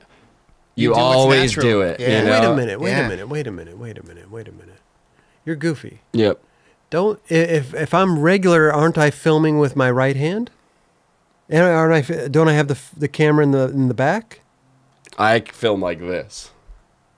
So you film with the front. You film with your front. It depends Front foot what your hand you like to use too. Like if you're right-handed. Like No, I've I guess if I'm filming, I would have. That's just weird. I think you would if you're right-hand. You're goofy. You're regularly right-handed. You're goofy. You're left. I would I totally don't agree with know. what you're saying, Chris, or Which Gregson. one? Chris Yeah. Gregson. If don't I'm know, goofy, because I would film goofy-footed with my right hand. Okay, so Because maybe you have it's to just think you're always bending forward, lower to the ground. I think it depends on your Like- dominant hand. Exactly, that's what I was saying. There you It's like- go. There you go. Yeah. Dominant if you're hand. goofy footed, like your lead hand will be where your camera's at. But if you're regular footed, it's going to be the backhand. Yes. Okay. Which actually, That's crazy. I never even thought about Yeah, that. which is actually sometimes an advantage. well, it's an advantage for you, Chris, because For you sure. have to lead. Yeah. If you were regular, the camera and would be closer Yeah. to me, Yeah. not as you'd far. have to be. Because there's a lot of times, sometimes people ask me, tips on how to follow film and stuff, and it's like, Be I don't goofy really footed. have too much advice, because it's just like skating once you're comfortable doing Yeah. it. It's like, Yeah. you know what you're comfortable doing, and it's like, you just do What comes what natural. feels comfortable to you. Yeah. Once it starts not feeling comfortable, then probably chill, But it's like, the one thing that I do tell people is always pretend your body's the camera, because if you pump a corner, you're always going to pump it after them. So it's like, I make sure that the camera does the pump with them. So it's like, Yeah. so that the viewer is like, it's not like they see a pump and then they see another It's pump another. behind It's it. abruptly Yeah. after. So it's like, all while they pump, I will guide the camera around that corner, and even though my weight and myself isn't through it yet, There you go. but it's like that doesn't give it that double Huh. thing, and it's like that's one thing, but it's like going back to what you're saying, if that it helps a lot that it's my front hand, because Yeah. I'm able to reach and guide it Yeah. around More so. more so if you're regular, you'd have to, and I'm carving front side. I'd have, yeah, you would be bro. like It would this. be so Right. But do you ever film front side? yeah, all the time. So you can. What's easier to film? Front I've side been or back trained side? either or front. I mean, it's just more the speed part. So it's it's easier for me to get speed pumping backside through a that's- corner. okay, yeah. But it's not impossible. It just Yeah. depends on what it is, But the rolling in and out stuff, that's all like that one too. It's you have to the skater is gonna go into the bowl before I do. Yeah. So it's I have to push the camera down the quarter pipe before I even roll in, so that you don't get that double. You don't get Yeah, the yeah. me rolling Yeah, in double late roll, thing, yeah. and Yeah. then so that it's just seems like a very interesting, a learning process. for sure. But that's why I say it's the easiest way to explain it is pretend I mean, you just have to follow the skater. The camera has to do the same motions as the skater does in the Dude, bowl. you kind of have no referencing of how to learn how to film like this, other by trial and tribulations, right? Yeah. There's no other filmer above you that did it. I mean, I definitely saw it when I was growing up. Chet Childress part in the Black Label video filmed by Dave Hupp was That's so sick. all follow lines and pools and stuff, and it was it sounds like it's never been done. Yeah. right? Yeah. It's been done, but That's you just why when I elevated did it. Yeah, for sure. when I did it at first, I didn't think anything of it. Right. Because I was oh, people have done this. Yeah. Whatever, Sure, sure. I'm not reinventing the wheel, No, but man, it's you just elevated. Yeah, it, bro. Yeah, I think elevated the game. Yeah. for it's sure. I'm stoked. I'm glad you think that, but it's I said, I didn't Yeah. see that in myself because I'd seen other people do it before, I'm Right. oh, it's whatever. This is just how you film in a bowl. Cause it's younger me didn't process oh, this is a follow line I'm watching, it was just oh, this is how you film the pool part. Right. Even growing up skating, I didn't know there was street or tranny skaters. It was I grew up skating the block at Orange, and it was you're only a good skater if you could skate everything at the skate park. Yeah. There That you park go. was gnarly too. That park is gnarly. Because that's how, I grew up skating vert, and I just grew up skating everything there, combi, street, or vert. But back then there wasn't transition contests, like bowl contests. Right. Yeah. So like it was like if you were a tranny skater, like or like skating that, it's like you had to skate vert. Yeah. Like in order to like if you wanted to compete or whatever. Right. And so like I just grew up skating vert and street and whatever, and then I won Tampa Am when I was 14. So sick. Tampa Vert. Am. Oh, the vert. Yeah. Oh, okay. The same year Nigel won. That everyone like Love discovered him or whatever. Perfect. Wow. So I was like, yeah, he won the street and I won the vert. And then I think I was the only one. I think Ben Hatchell after me, but like that made it to the finals in street and vert. No way. Like I was like the Oh. first one to do that. And Amazing. Then, I mean, I think it's happened to probably like, yeah, Ben Hatchell definitely did after he won Yeah, he street did. He and did. got finals in vert. Oh my god. But yeah, Nobody's done first. no one's won both. Fuck. There's still time, Chris. I know. Let's go. Not bro. really. Bring the Let's vert. go. Yeah. Didn't someone, we're talking about someone did pro? Did someone win both pro? Pro vert, and am? Pro vert and Pro, vert, and street? Was that a thing? Maybe. Did we talk about, we talked, Danny Way almost did it. Danny Way Oh, almost did it, yeah. okay. Hmm. And then So- Kyle Berard won AM and then pro. Yeah. Yeah. Berard's the best. Yeah, he is. Love that guy. Front rock So rad. concrete. Yeah. Fuck yeah, He's keeping the DIY shit alive. bro. He's I mean, that's the killing thing it. to me too about transition skating. Just even going back, like growing up when it was just verts, like it's so sick to see like the whole like. I mean, I think it was around whenever I was like first starting, you know, like Burnside and stuff exists, but like seeing it now is like so sick. It's like, Hell yeah. because it like bums me out when I see like the Olympic shit and they're like trying to make it so like every skate park in the entire world is up to these specs. Oh, yeah. It's a 9.5 foot deep end with a bank wall involved and like this thing. And I get it. It's like so that other countries could have like a fair like playing field. training or whatever. But it's like yeah.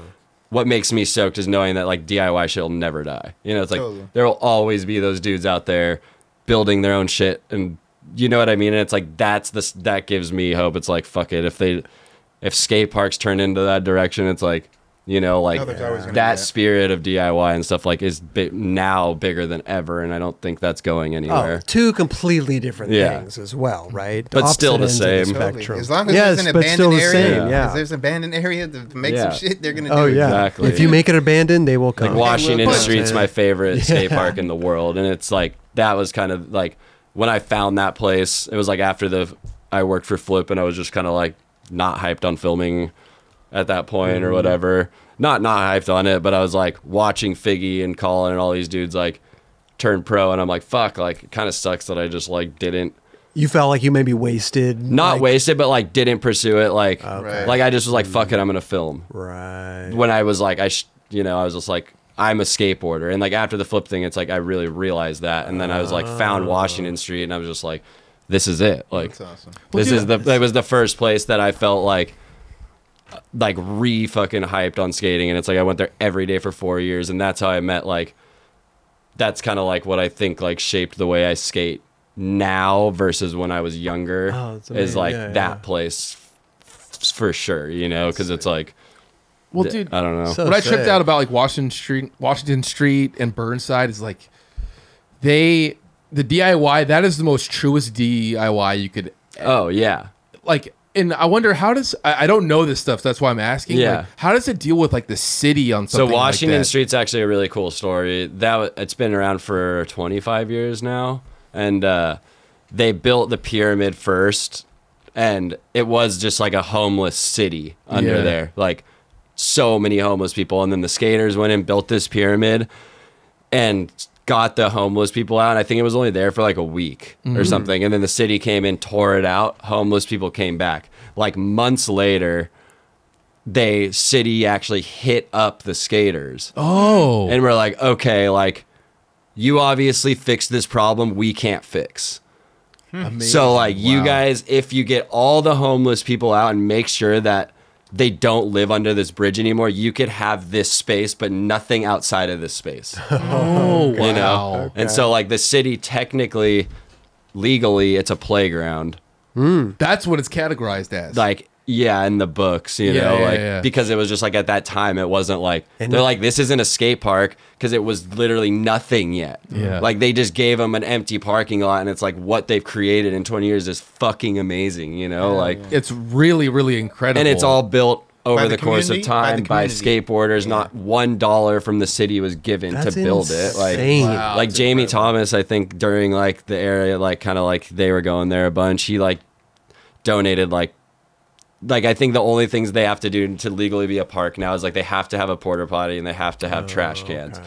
And like 1 year, Jamie just like paid for all that for a year. Amazing. For like letting him like film there and do all that stuff, you know. Wow. So it's like the skate community is like what keeps that place going, and like that's why it's the only skate park in all of San Diego that no scooters or BMX or anything's allowed in there because the like city left it up to the skaters to create those rules. Interesting. But like I don't think the Okay. city ever could have imagined what they built it into. Like it's literally a work of art, you know. Like, Yeah. For sure. Yeah. so it's like Well, same with is Burnside the same Burnside was scenario? first, yep, and Burnside was like Red and Hubbard and those dudes that like had Dreamland and Grindline, and they built Burnside first. And what's funny too is like the bank wall that's at every single skate park or every park series course. Like the only reason that exists is because that's just the way the wall was at Burnside that they transitioned up to. Wow. Like it wasn't like we're gonna make this bank wall, Right. like it was like the wall's slanted, throw concrete up to it, and it like created an obstacle that's at every single skate park in the world now.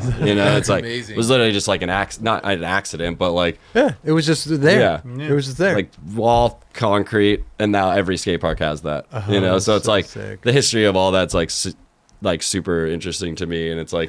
When you go there and grind that bank wall, you're like, damn, this was like the first bank wall ever. You know, it's like sick that you could do. I get that feeling, you know. And then a lot of the dudes, once the dudes got all the Washington Street approval, like all the Burnside dudes and all these people from all around flew to San Diego to build it. So it was like a community of like all the Burnside dudes and all the DIY builders came together and built Washington Street because they knew like all the dudes here didn't know all the knowledge that the Burnside Right. dudes had. So it was like one thing is like they're like the first wall you build's got to be huge. Like if it's not 10 plus feet, like everything you build has to get you speed to get there. Oh, But if you started at 4 feet, yeah. everything's gonna be small because like you're never gonna be like. Right. But it's like you fucking build a 10-foot wall first. It's like you got to build everything around that to get enough speed to hit that. And that was like, I mean, like such a crazy way of thinking that like. Yeah, but it totally makes Yeah. sense. Then. Yeah, like, It set the standard for sure. Yeah, It's crazy. Especially when it's like, yeah, you're just like, fuck it. This is how I want it, and now we're gonna figure out how to get to that. I love you that know? everybody from different spots Yeah. came together Yeah. to do it. And that's skateboarding, you know. That's the fucking It's beauty fucking of it. beautiful, Like, not bro. many Shit. things are like that, you know.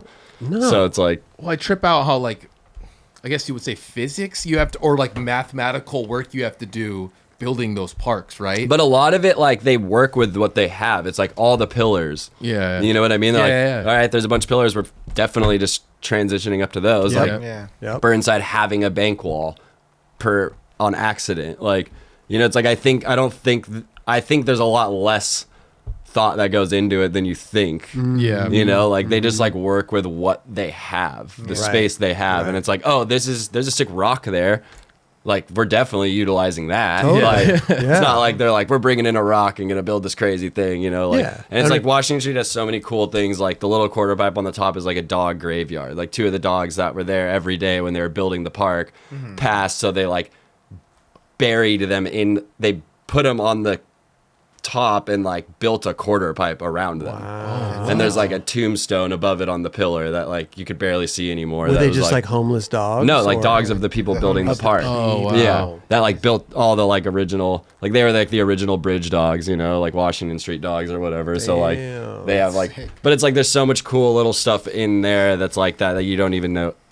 You know, it's like I took one of the BMXers there because they're not allowed to like ride in there, you know, and he was just like, geez, they really need to just let skaters like have full art control and like of everything, because it's like the whole place is like the fence is built by skater, like, and it's all like there's people like working in the fence, and it's like a cityscape when you really look at it, and then there's like all the mosaics on the walls on the outside that says like respect Washington Street, and it's like, you know, it's like all that's just designed by the skaters, like to make it look sick, you know. It's not like just a cookie cutter Sure. skate park. There's Damn. like love and art and all this shit involved, you know? I love it, man. Sure. I love it, bro. I've never even been to Washington Street. I love to go. It's definitely like an intimidating place. Isn't like, it? I mean, it's what like, if I rolled in there? oh, you'd be chilling. Okay.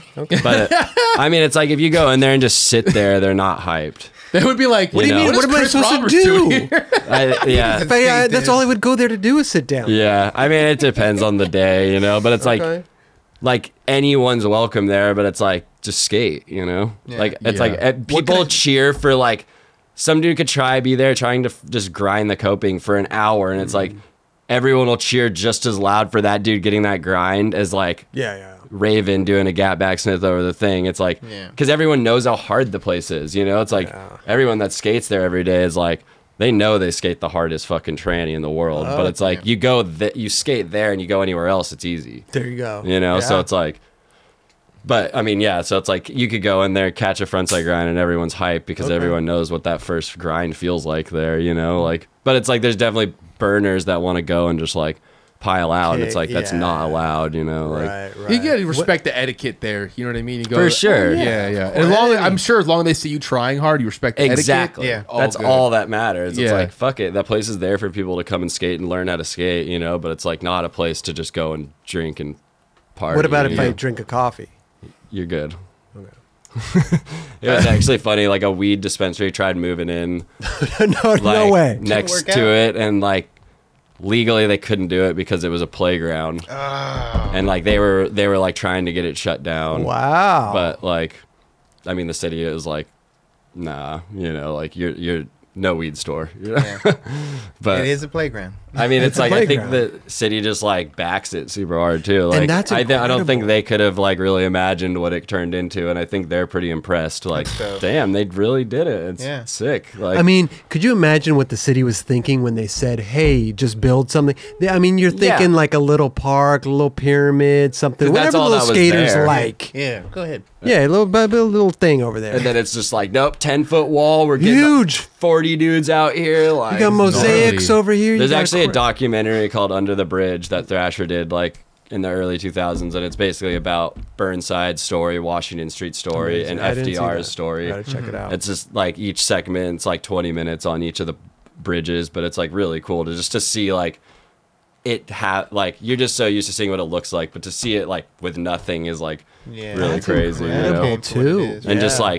like building that cradle at Washington Street's like they did it so DIY. It's like looks so sketchy. Dude, like, that thing is insane. yeah, and like how they built it is even crazier. It's just like they were just like they didn't know what they were doing, you know? Oh, So yeah, I it's didn't like think like about that. Rhino has like the sickest photo of like the thing just like half built and then like shooting concrete like upwards. It's just like spraying on all of them, like, you know, but it's like that's DIY. Like that's the is. shit, you know? And it's like that's why those dudes could be like, get the fuck out of here. Right. Yeah. You weren't getting sprayed dumped on concrete like Yeah.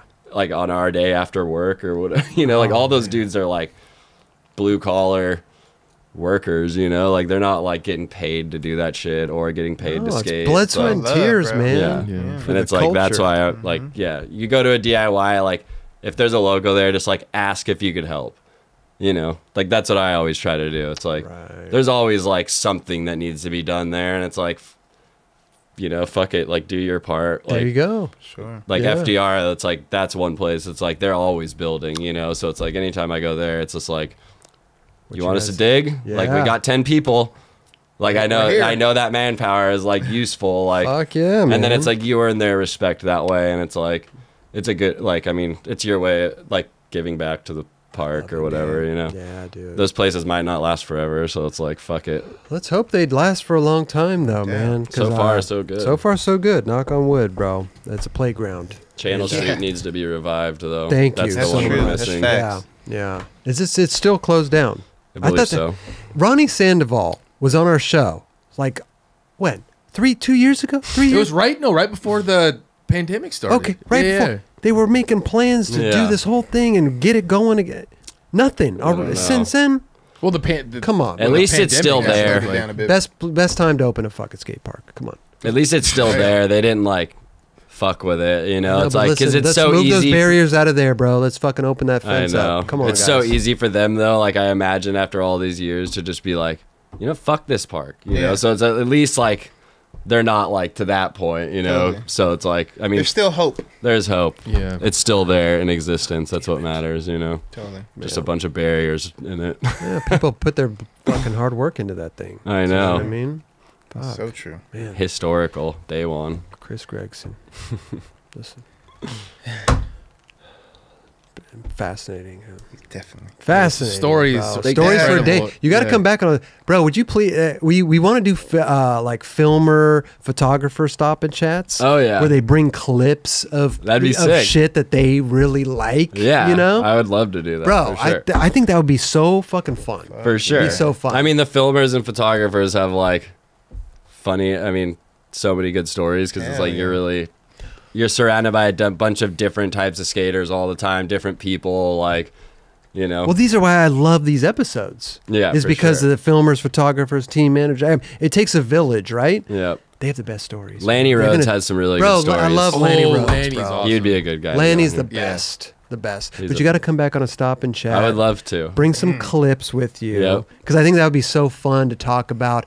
All my 'Cause favorite you may follow see- lines or whatever. Because know? you see stuff differently than we just think it's gnarly. Yeah, You yeah. know, but to then to dig deep into it, I think would be really Well, that's fucking like, yeah, interesting. something like I even struggle with like being a filmer and editing is like you get so like emotionally attached to a clip, like maybe not because of its like the best clip, Right. but because of like what went into Happens, it, you yeah. know, like which like the normal eye isn't gonna know you went back there 6 times or know like love we it. collided and almost died in that Yes. line. It's like you only see Yes. the like the end make- product, you Oh, know, man. like so I think like yeah. Oh, maybe you could bring It's just some cool. like collisions. Yeah, there's actually Grayson, like out of like the seriously whatever like 10 years I've been filming him, like we like slammed not that long ago and it like fucked me up. Like it was the first time ever that I was like on the ground like hurting like.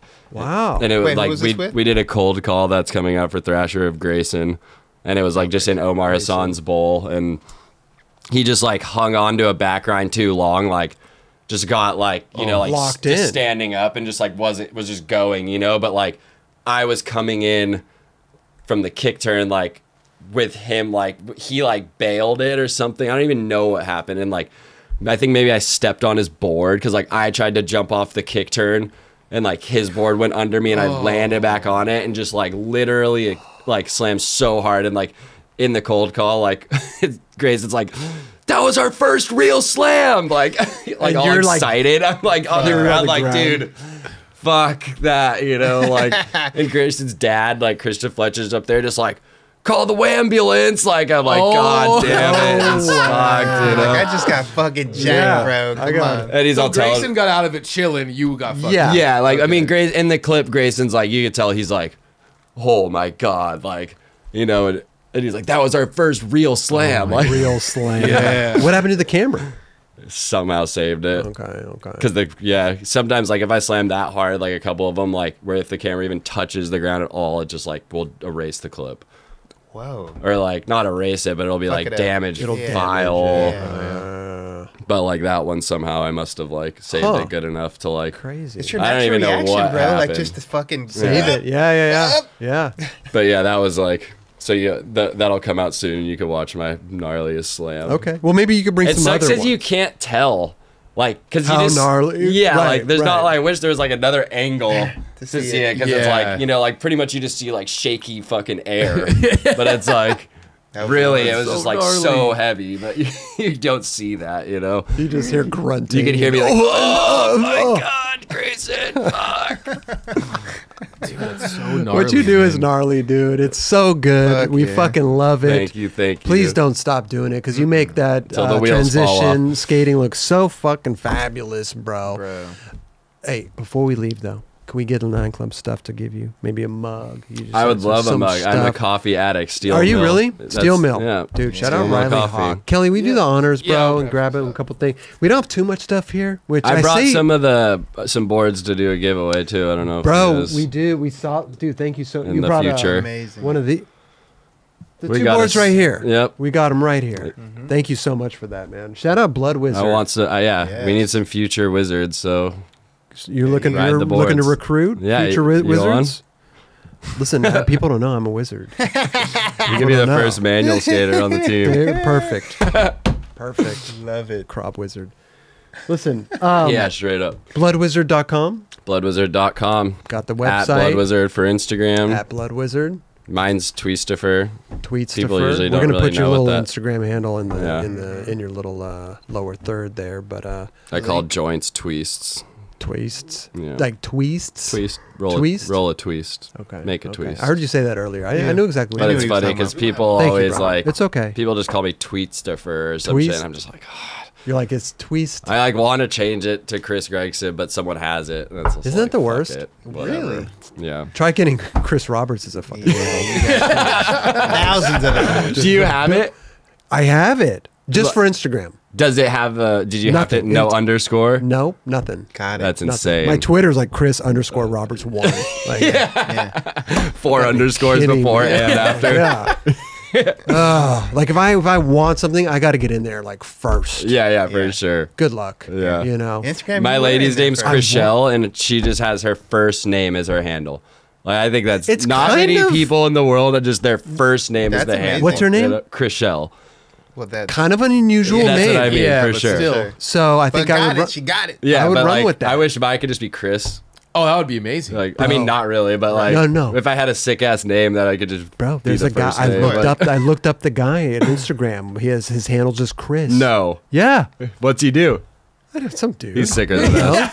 Some people like he's just probably way have it. sicker than us. If he's No, They're sicker. one of the dude, first he's- guys, like fucking probably started in 2009, like right when the fucking shit Oh started. yeah, he goes. I'm getting Chris. Yeah, I mean, I think he's still active on it. that's amazing. I tried to get it. His That's name is Chris insane. Messina, and he has 125,000 followers.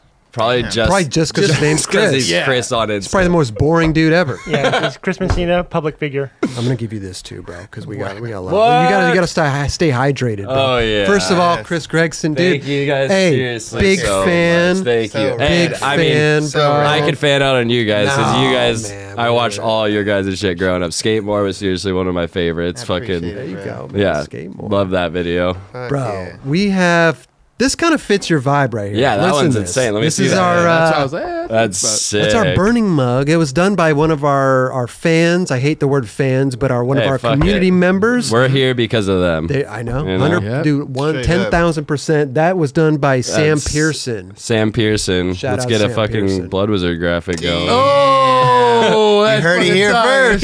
Let's go. That's sick. Bro, it's good. DM him. It's Yeah. good. Yeah. He'll probably DM you I now. got no problem. And here's our logo Yep. mug, of The course. classic. And the man, What? the myth, the legend. Oh, is that Manny's company? Bro, no.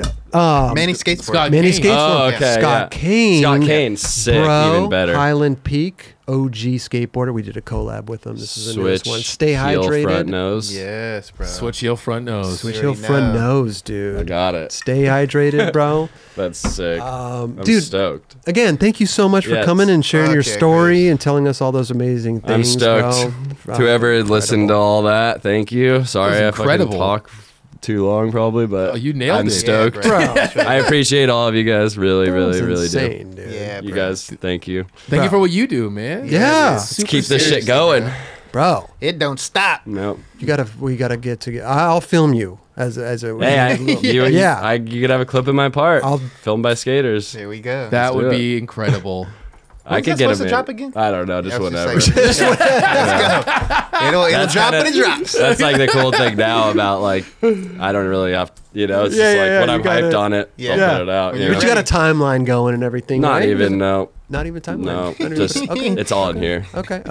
Love it. The vert part though, that I gotta finish that shit. Is that gonna be Blood Wizard?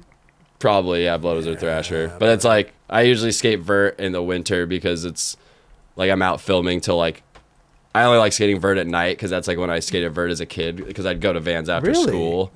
So it's like just my internal clock tells me like vert is nighttime Wow. shit. The And The it's like- shadows don't like fuck you up and stuff. most like people that? hate it, like no, Yeah. but that's why it's sick because I just go there and no one's there at night. They don't like it, but it's like for me, it's just like what that's just what Interesting. Let's see. Wait, But what ramp are you skating usually? Tony's ramp. Oh, okay. So Yeah, it's lit yeah. up. Oh, you're chilling. indoors No, yeah, anyway. yeah, Oh, yeah, yeah. Okay, I'm Tony. thinking outdoor No, no, lights. Tony, You know what I mean? Tony Yeah, Hawk's for sure. ramp. Like I'm grateful. I'm thinking Ty enough Evans to- was lighting up a Yeah. half pipe for you. But it's like in the winter, it's dark at 4:30, so I'm like, fuck, half the day. It's like That's what's there's still up. half a I day. hate So, that fucking time of season. but in bro. summer, I'm always like filming till dark. I get home at 9 o'clock at night, and then I'm so tired. yeah, But that's another thing. so winter is vert season. Vert season Coming vert. soon here. Coming You'll be back soon. in there. Go. Let's do this. I mean, dude, thank you Pat up. again so much. Thank Chris. you so much. It was so amazing, stoked. bro. Sick, Yes.